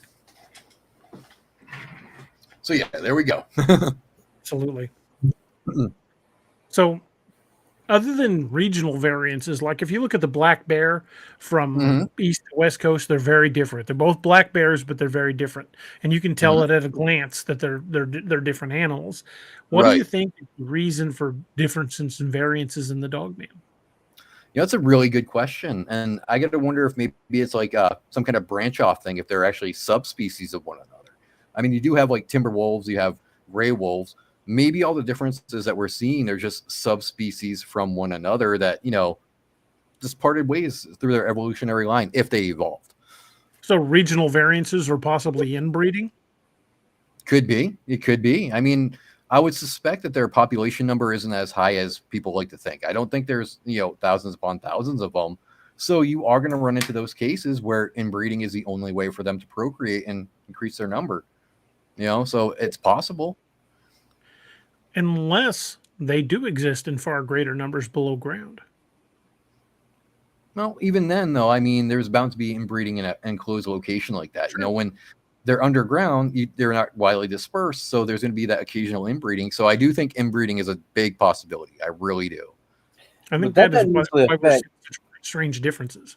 That doesn't usually affect animals as bad as it does humans, though, right? It depends on how long the inbreeding goes on, because I've seen dogs that were inbred to the point where they were deformed. They were like so malformed, Robbie, that you looked at them going, how cruel are these breeders doing this to these dogs? Pugs.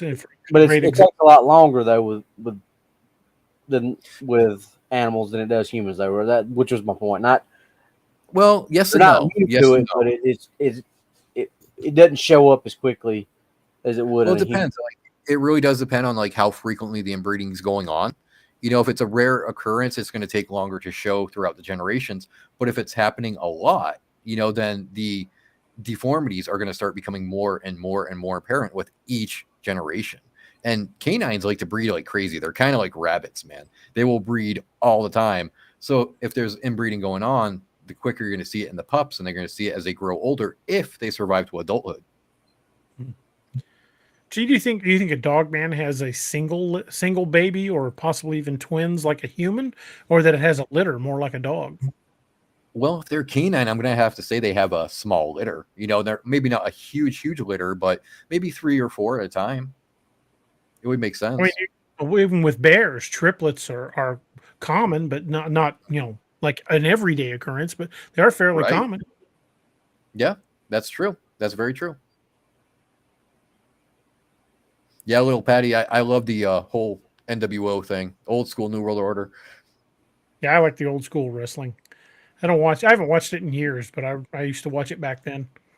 Yeah, actually, I met Scott Hall a couple years back before he died, when he was still in good health. And I did such a good impression of him that he actually got up from behind the table. And this big, hulking, 6-foot-something dude, he walks over to me. He's like, "Hey, yo, you do a better impression of me than I do of me." He signed all this stuff for me. It was crazy. That's awesome. Mm-hmm. I met Hacksaw Jim Duggan at a convention. Oh, pretty nice, real nice guy. Yeah, I love that guy too. Yeah, he was literally the next table down from where I had set up with my books. Nikita Koloff, wow. Nikita Koloff has been in my house several times. That's cool. Really? That's awesome. I'm jealous. Jeez. Yep. Yeah, I got something that I will never sell. I'll show it to you next show that we do, but I got a signed DVD from Bret the Hitman Hart.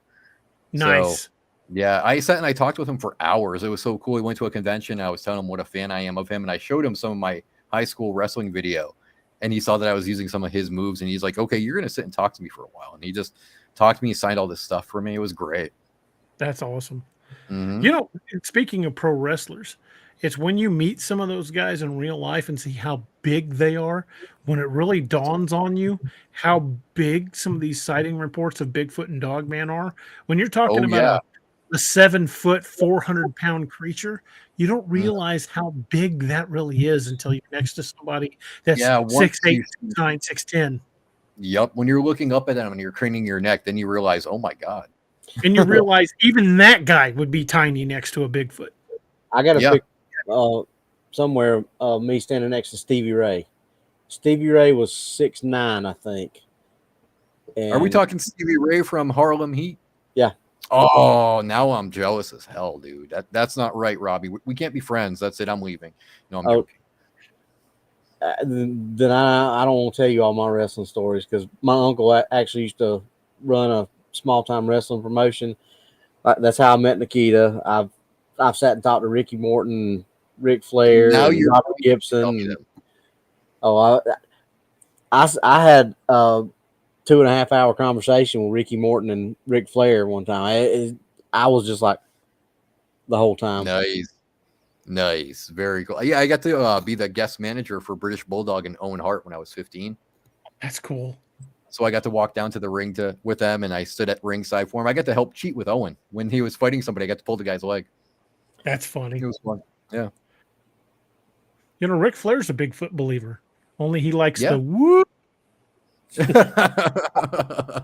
Your noise gate caught that, so it's just like whoop and stopped. My noise canceller got it. Damn it.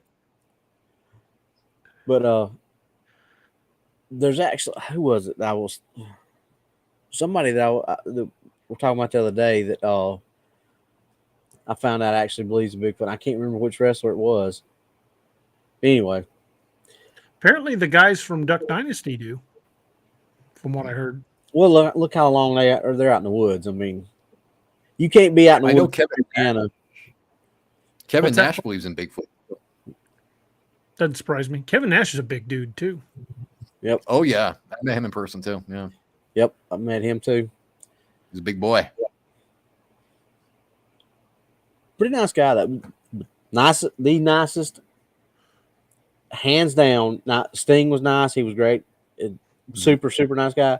But just on sheer principle that you wouldn't think, the nicest guy I ever met was Bam Bam Bigelow. Oh, yes. God bless him, man. Yep. He was a good guy. He died a hero. Yes. Really? What happened? He was. He ran into an orphanage was on fire. He ran in there and got the kids, and he died from the burns. Smoke inhalation. I knew some people that, matter of fact, girl's a friend of mine. She used to date Paul White, the Big Show, because Paul's actually from South Carolina. Yeah. And so when this was in the middle of the Monday Night War, so this was when wrestling was white hot. So they came over, and Kimber was like, "All right, if y'all want to go, I'm gonna introduce you to all the boys." So she called Big Show, and we met. Nice. We met him, met Juventud Guerrera, met Kurt Hennig, met Barry Windham, met what was Kurt's partner at the time of that? He's dead now too. Bobby Duncombe Jr. Yep. Met him, met Stevie Ray. Hulk Hogan stopped and said hey to us. That was when he was hurt, when his knee was messed up, so he didn't stay down there with us. Conan. Okay, dog. Yeah. Nice. Yeah. I mean, it was like 20 or 30 of them that we just sat down in the lobby or the hotel bar, awesome. drank, and they were like, well, they looked at us and said, well, where can we go? We're somewhere we can go, like, like a club and everything. So there was a place called Game Time at that time. We're like, well, we can all. They're like, we ain't gonna load up. We got a limo that we rented, so we all piled up in a limo and drove from downtown Greenville to this club, and it's pretty cool to get out of a limo. That's awesome. With people like Conan and Juventud Guerrera, and it was weird. It was surreal. That's awesome, man. I'm jealous. When you mention these wrestlers, we know how strong these guys are. These guys are incredible athletes. Even if wrestling is fixed, these guys are still incredible athletes. But to imagine somebody like even Hulk Hogan in his prime would get smacked around like a rag doll by something something like a Bigfoot. These things just be incredibly powerful. Let them run into a Genosqua. Yeah, especially you get some of these stories out of Alaska where they're 12, 13, 14, 15 feet tall. Somebody even the size of Shaq is going to look like a toddler next to him. Yep. Oh, yeah. I'd be terrified to run into something like that. You and me both. Well, Brian Shaw, world's strongest man, 6'8", 400 pounds. Yeah. Would get bounced around like a baby by something like that. And that's one of the pinnacles, the peak of human performance. That's true. Very true. That was cool. I like that.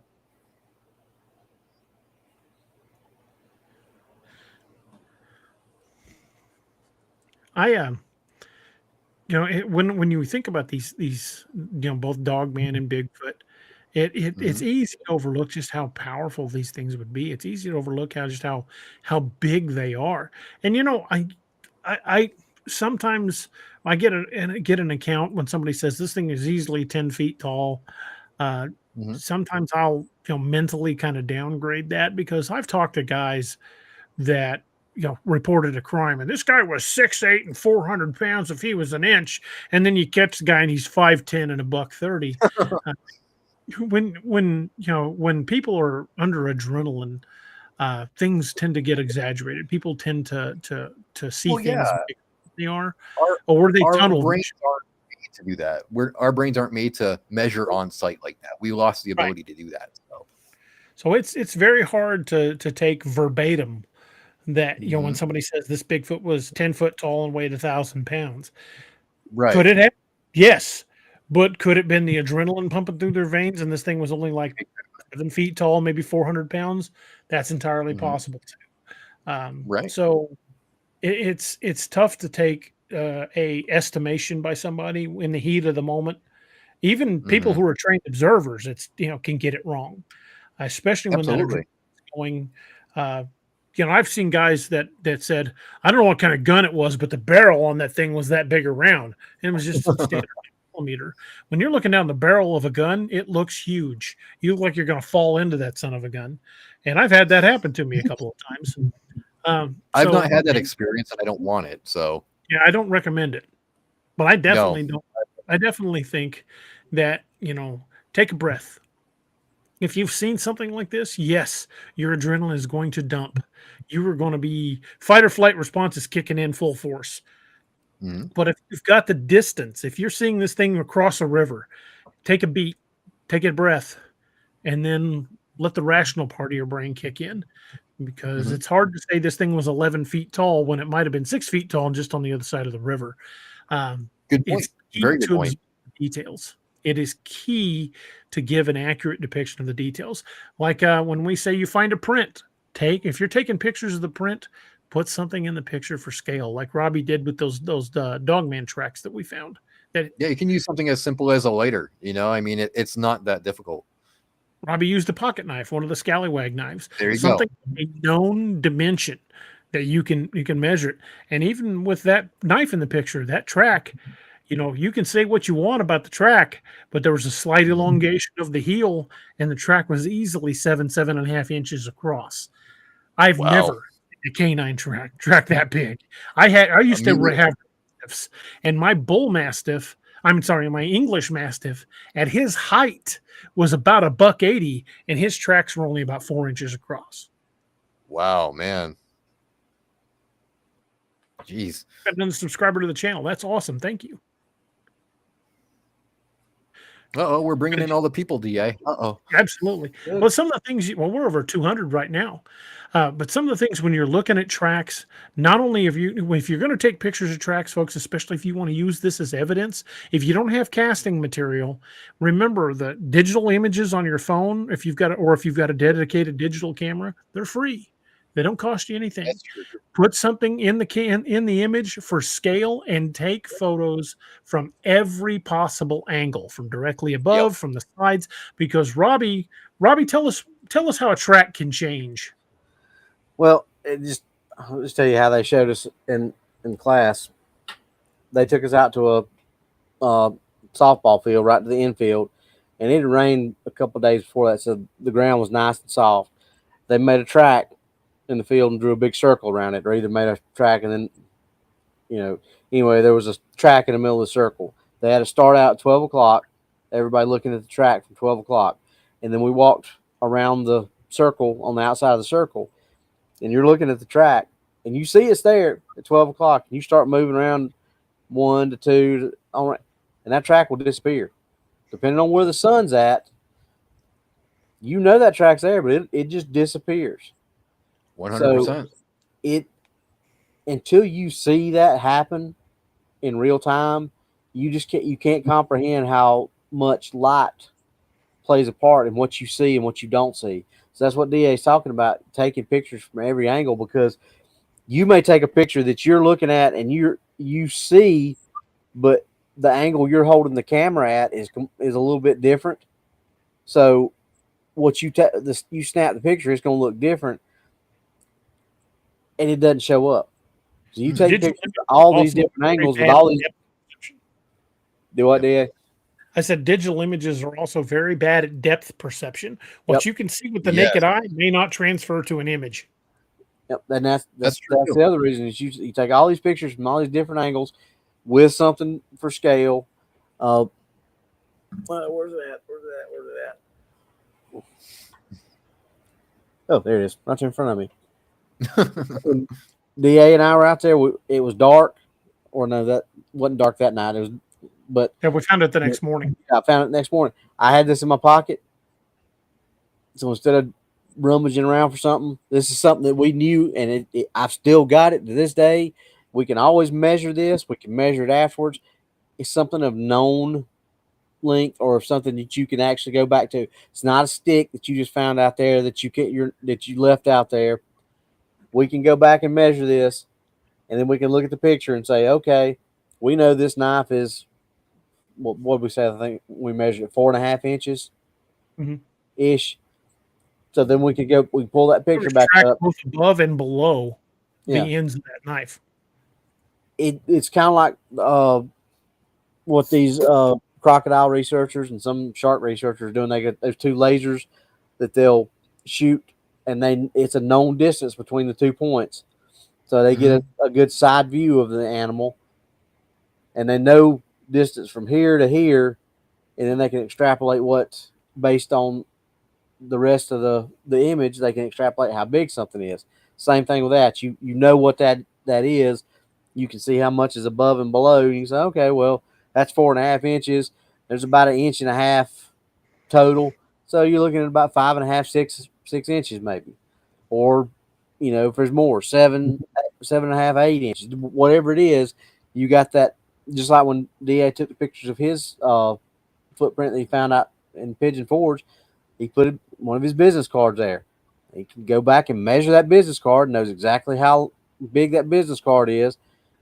You can work it out how big those things are, or how big the tracks are, rather. Very good points, Robbie. Very good points.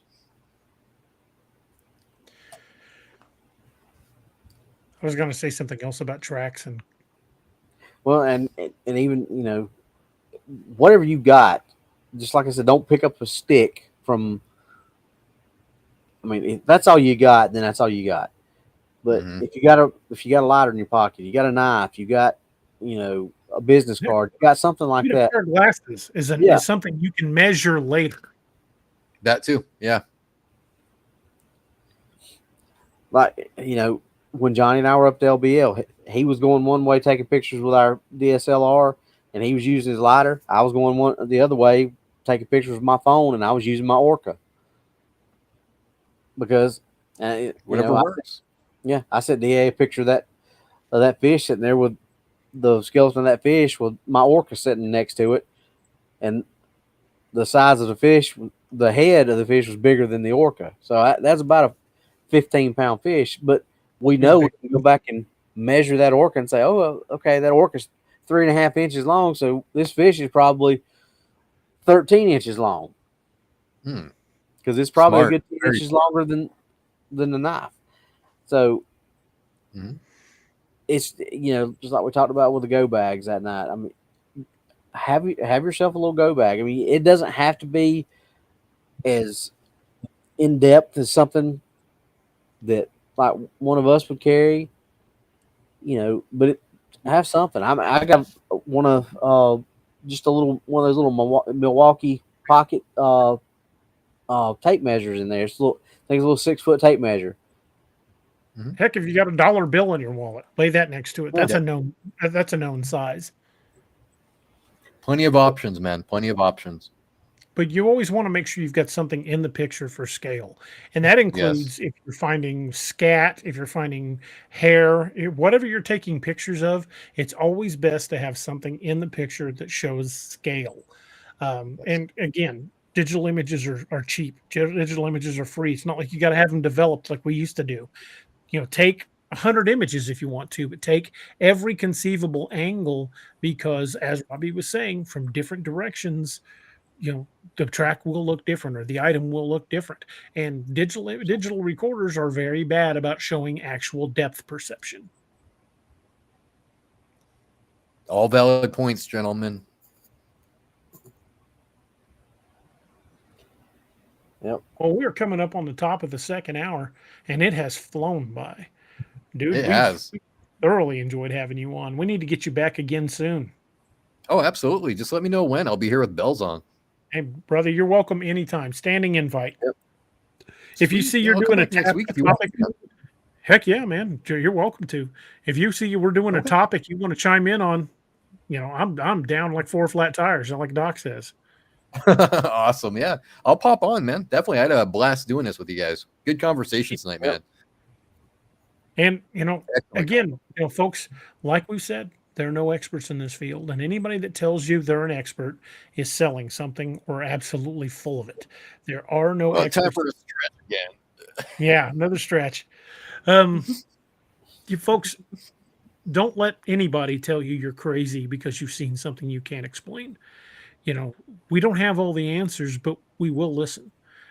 Yes. And anybody that says they've got all the answers, I particularly dislike the people that say, I speak 7 Bigfoot languages and I'm a member of 4 clans, and Bigfoot comes to my house and has frat parties.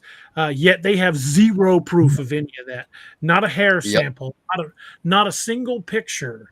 It's really weird if you've been around Bigfoot and you know their language and you've been around them for the last 60 years. How come you don't have a single photo? Even one, you taking a selfie with Micmac the Bigfoot or whatever his name is. If you don't have even that, your credibility's shot. With 100%. with huge claims, with fantastic claims, comes requirements for fantastic proof. It's just the way it is, folks. If you want someone to believe that you have spent 60 years habituating Bigfoot and they come around and have frat parties in your house when you're not there, you better have something to back it up. Otherwise, we're just going to think you're off your meds. And there's far too much of that in this field. Far too many people that are just throwing crap at a wall and hoping it sticks and hoping somebody will believe it. And that is more detrimental to this field than anything that, any positive images we can put forward, which is exactly why guys like Ryan and Robbie and I, we try to present the most logical evidence we can find. And if we're wrong, we're wrong. But I would a whole lot rather say this thing backtracked on its tracks, jumped up on a rock and shimmied away and be wrong than say, oh, well, the reason we can't find the tracks anymore is they were beamed up to Mars and they went back to their collective alien universe and we'll never see them again. That makes absolutely no sense. It is far more likely that these things just backtrack on their tracks. Animals in the animal like bears do. Bears do it. Rabbits do it. Yes. Special to do it. If you're being tracked, the smart thing to do is to backtrack on your tracks. And this is just a small example of things that we try to present that is a far more logical explanation than they cloaked or they disappeared. The night we had MK Davis on the show, a great example. The Paul Freeman footage. So many investigators, Ryan included, have talked about the clear hair shafts. The Paul Freeman footage shows a black Bigfoot stop in front of a green pine tree and disappear. It didn't go into another dimension. It didn't cloak. Those clear hair shafts picked up and redirected the color of the background that it was on. It looked like. And when Freeman kept coming and it started moving, instantly we could see it again.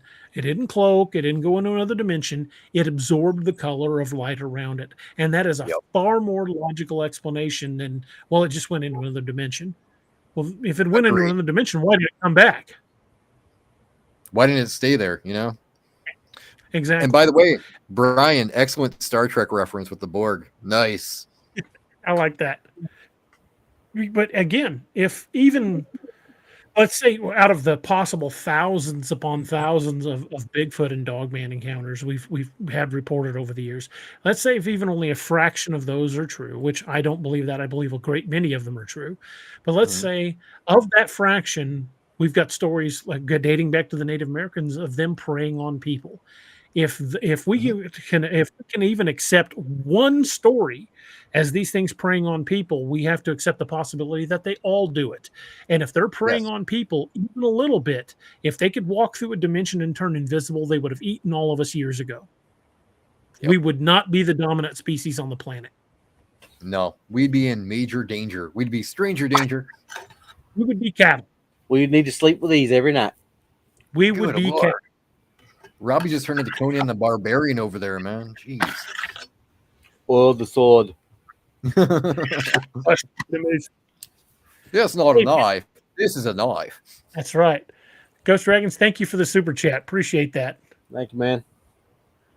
You're welcome, Ghost. Glad you could be here, brother. But again, folks, they're no experts in this field. We don't claim to be, We're not presenting anything we have as known as fact. We're presenting it as our theories, and our theories are evolving. As we get more information, as we learn more about this subject, our theories do evolve. I can tell you from the time I started this, my theories have changed a lot, and I'm sure Ryan and Robbie will agree with that. Oh, yeah. Mm-hmm. Oh, yeah. My eyes have opened to a lot of things. And if you're not willing to let your theories evolve, then you're never going to know the truth. That's true. The more we share, the more we grow in this subject.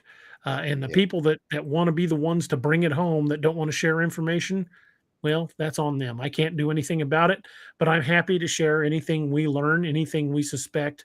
And Ryan and Robbie are the same way. We're Oh, yeah. open book.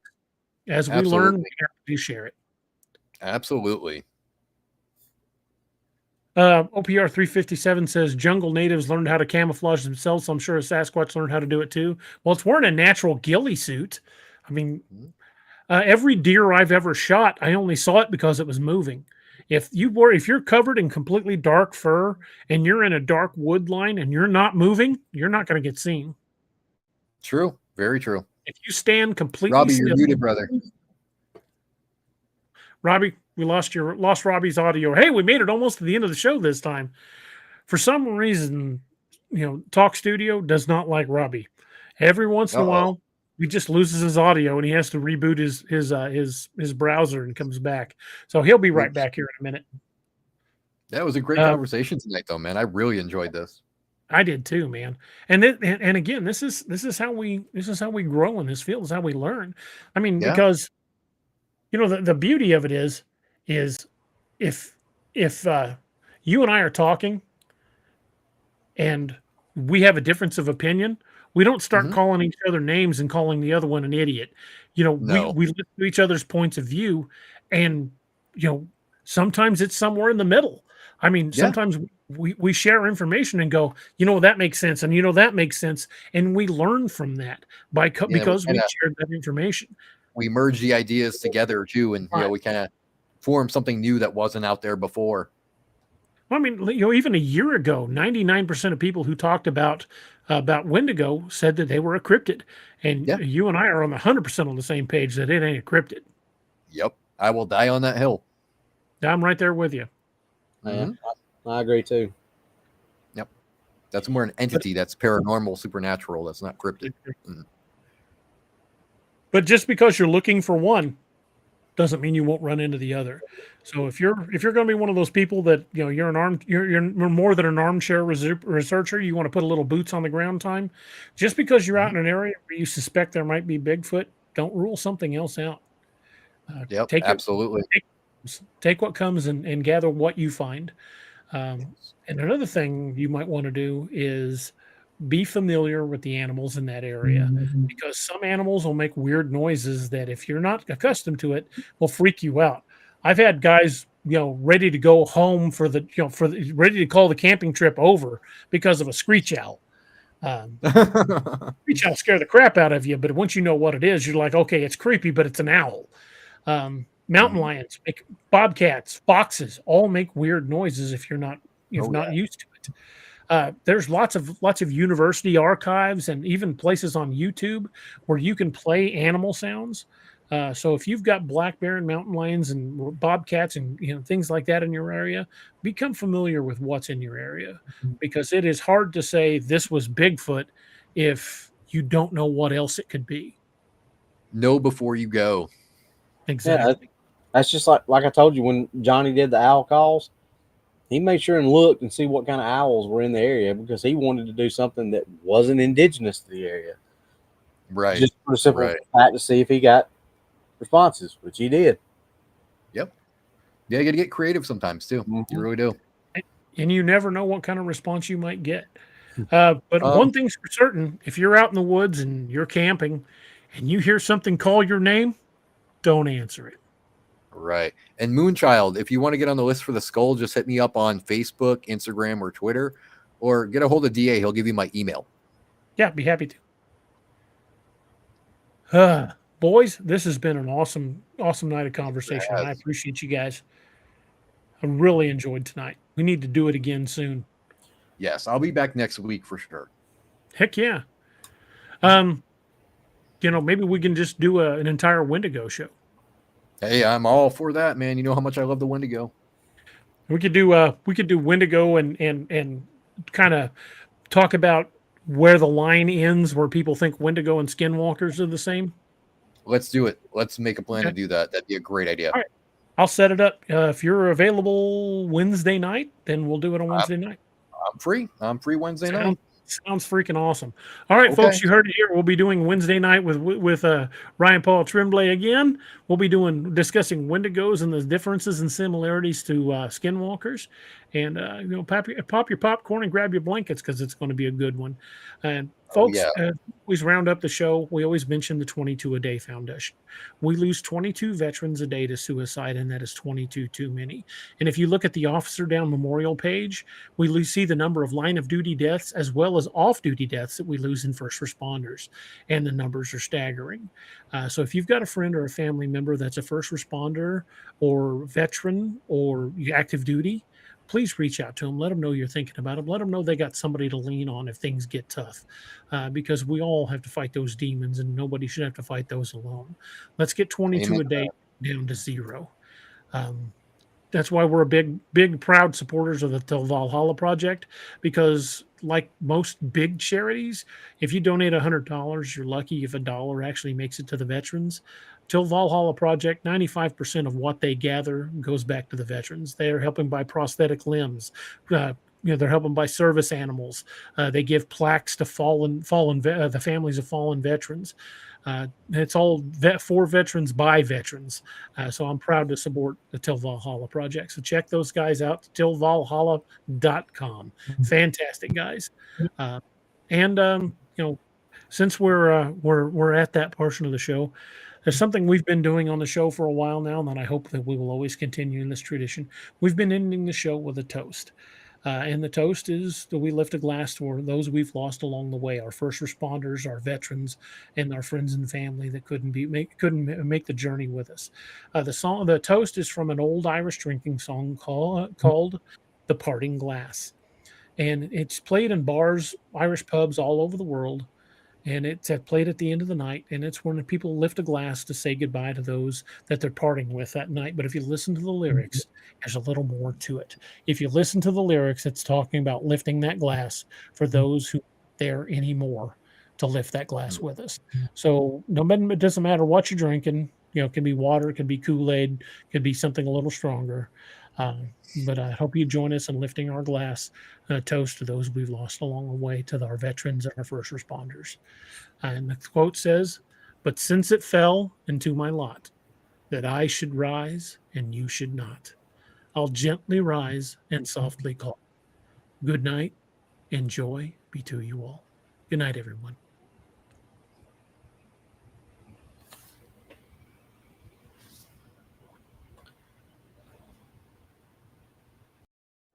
Thank you for joining us. Catch us again Wednesdays and Saturdays on Ex Machina.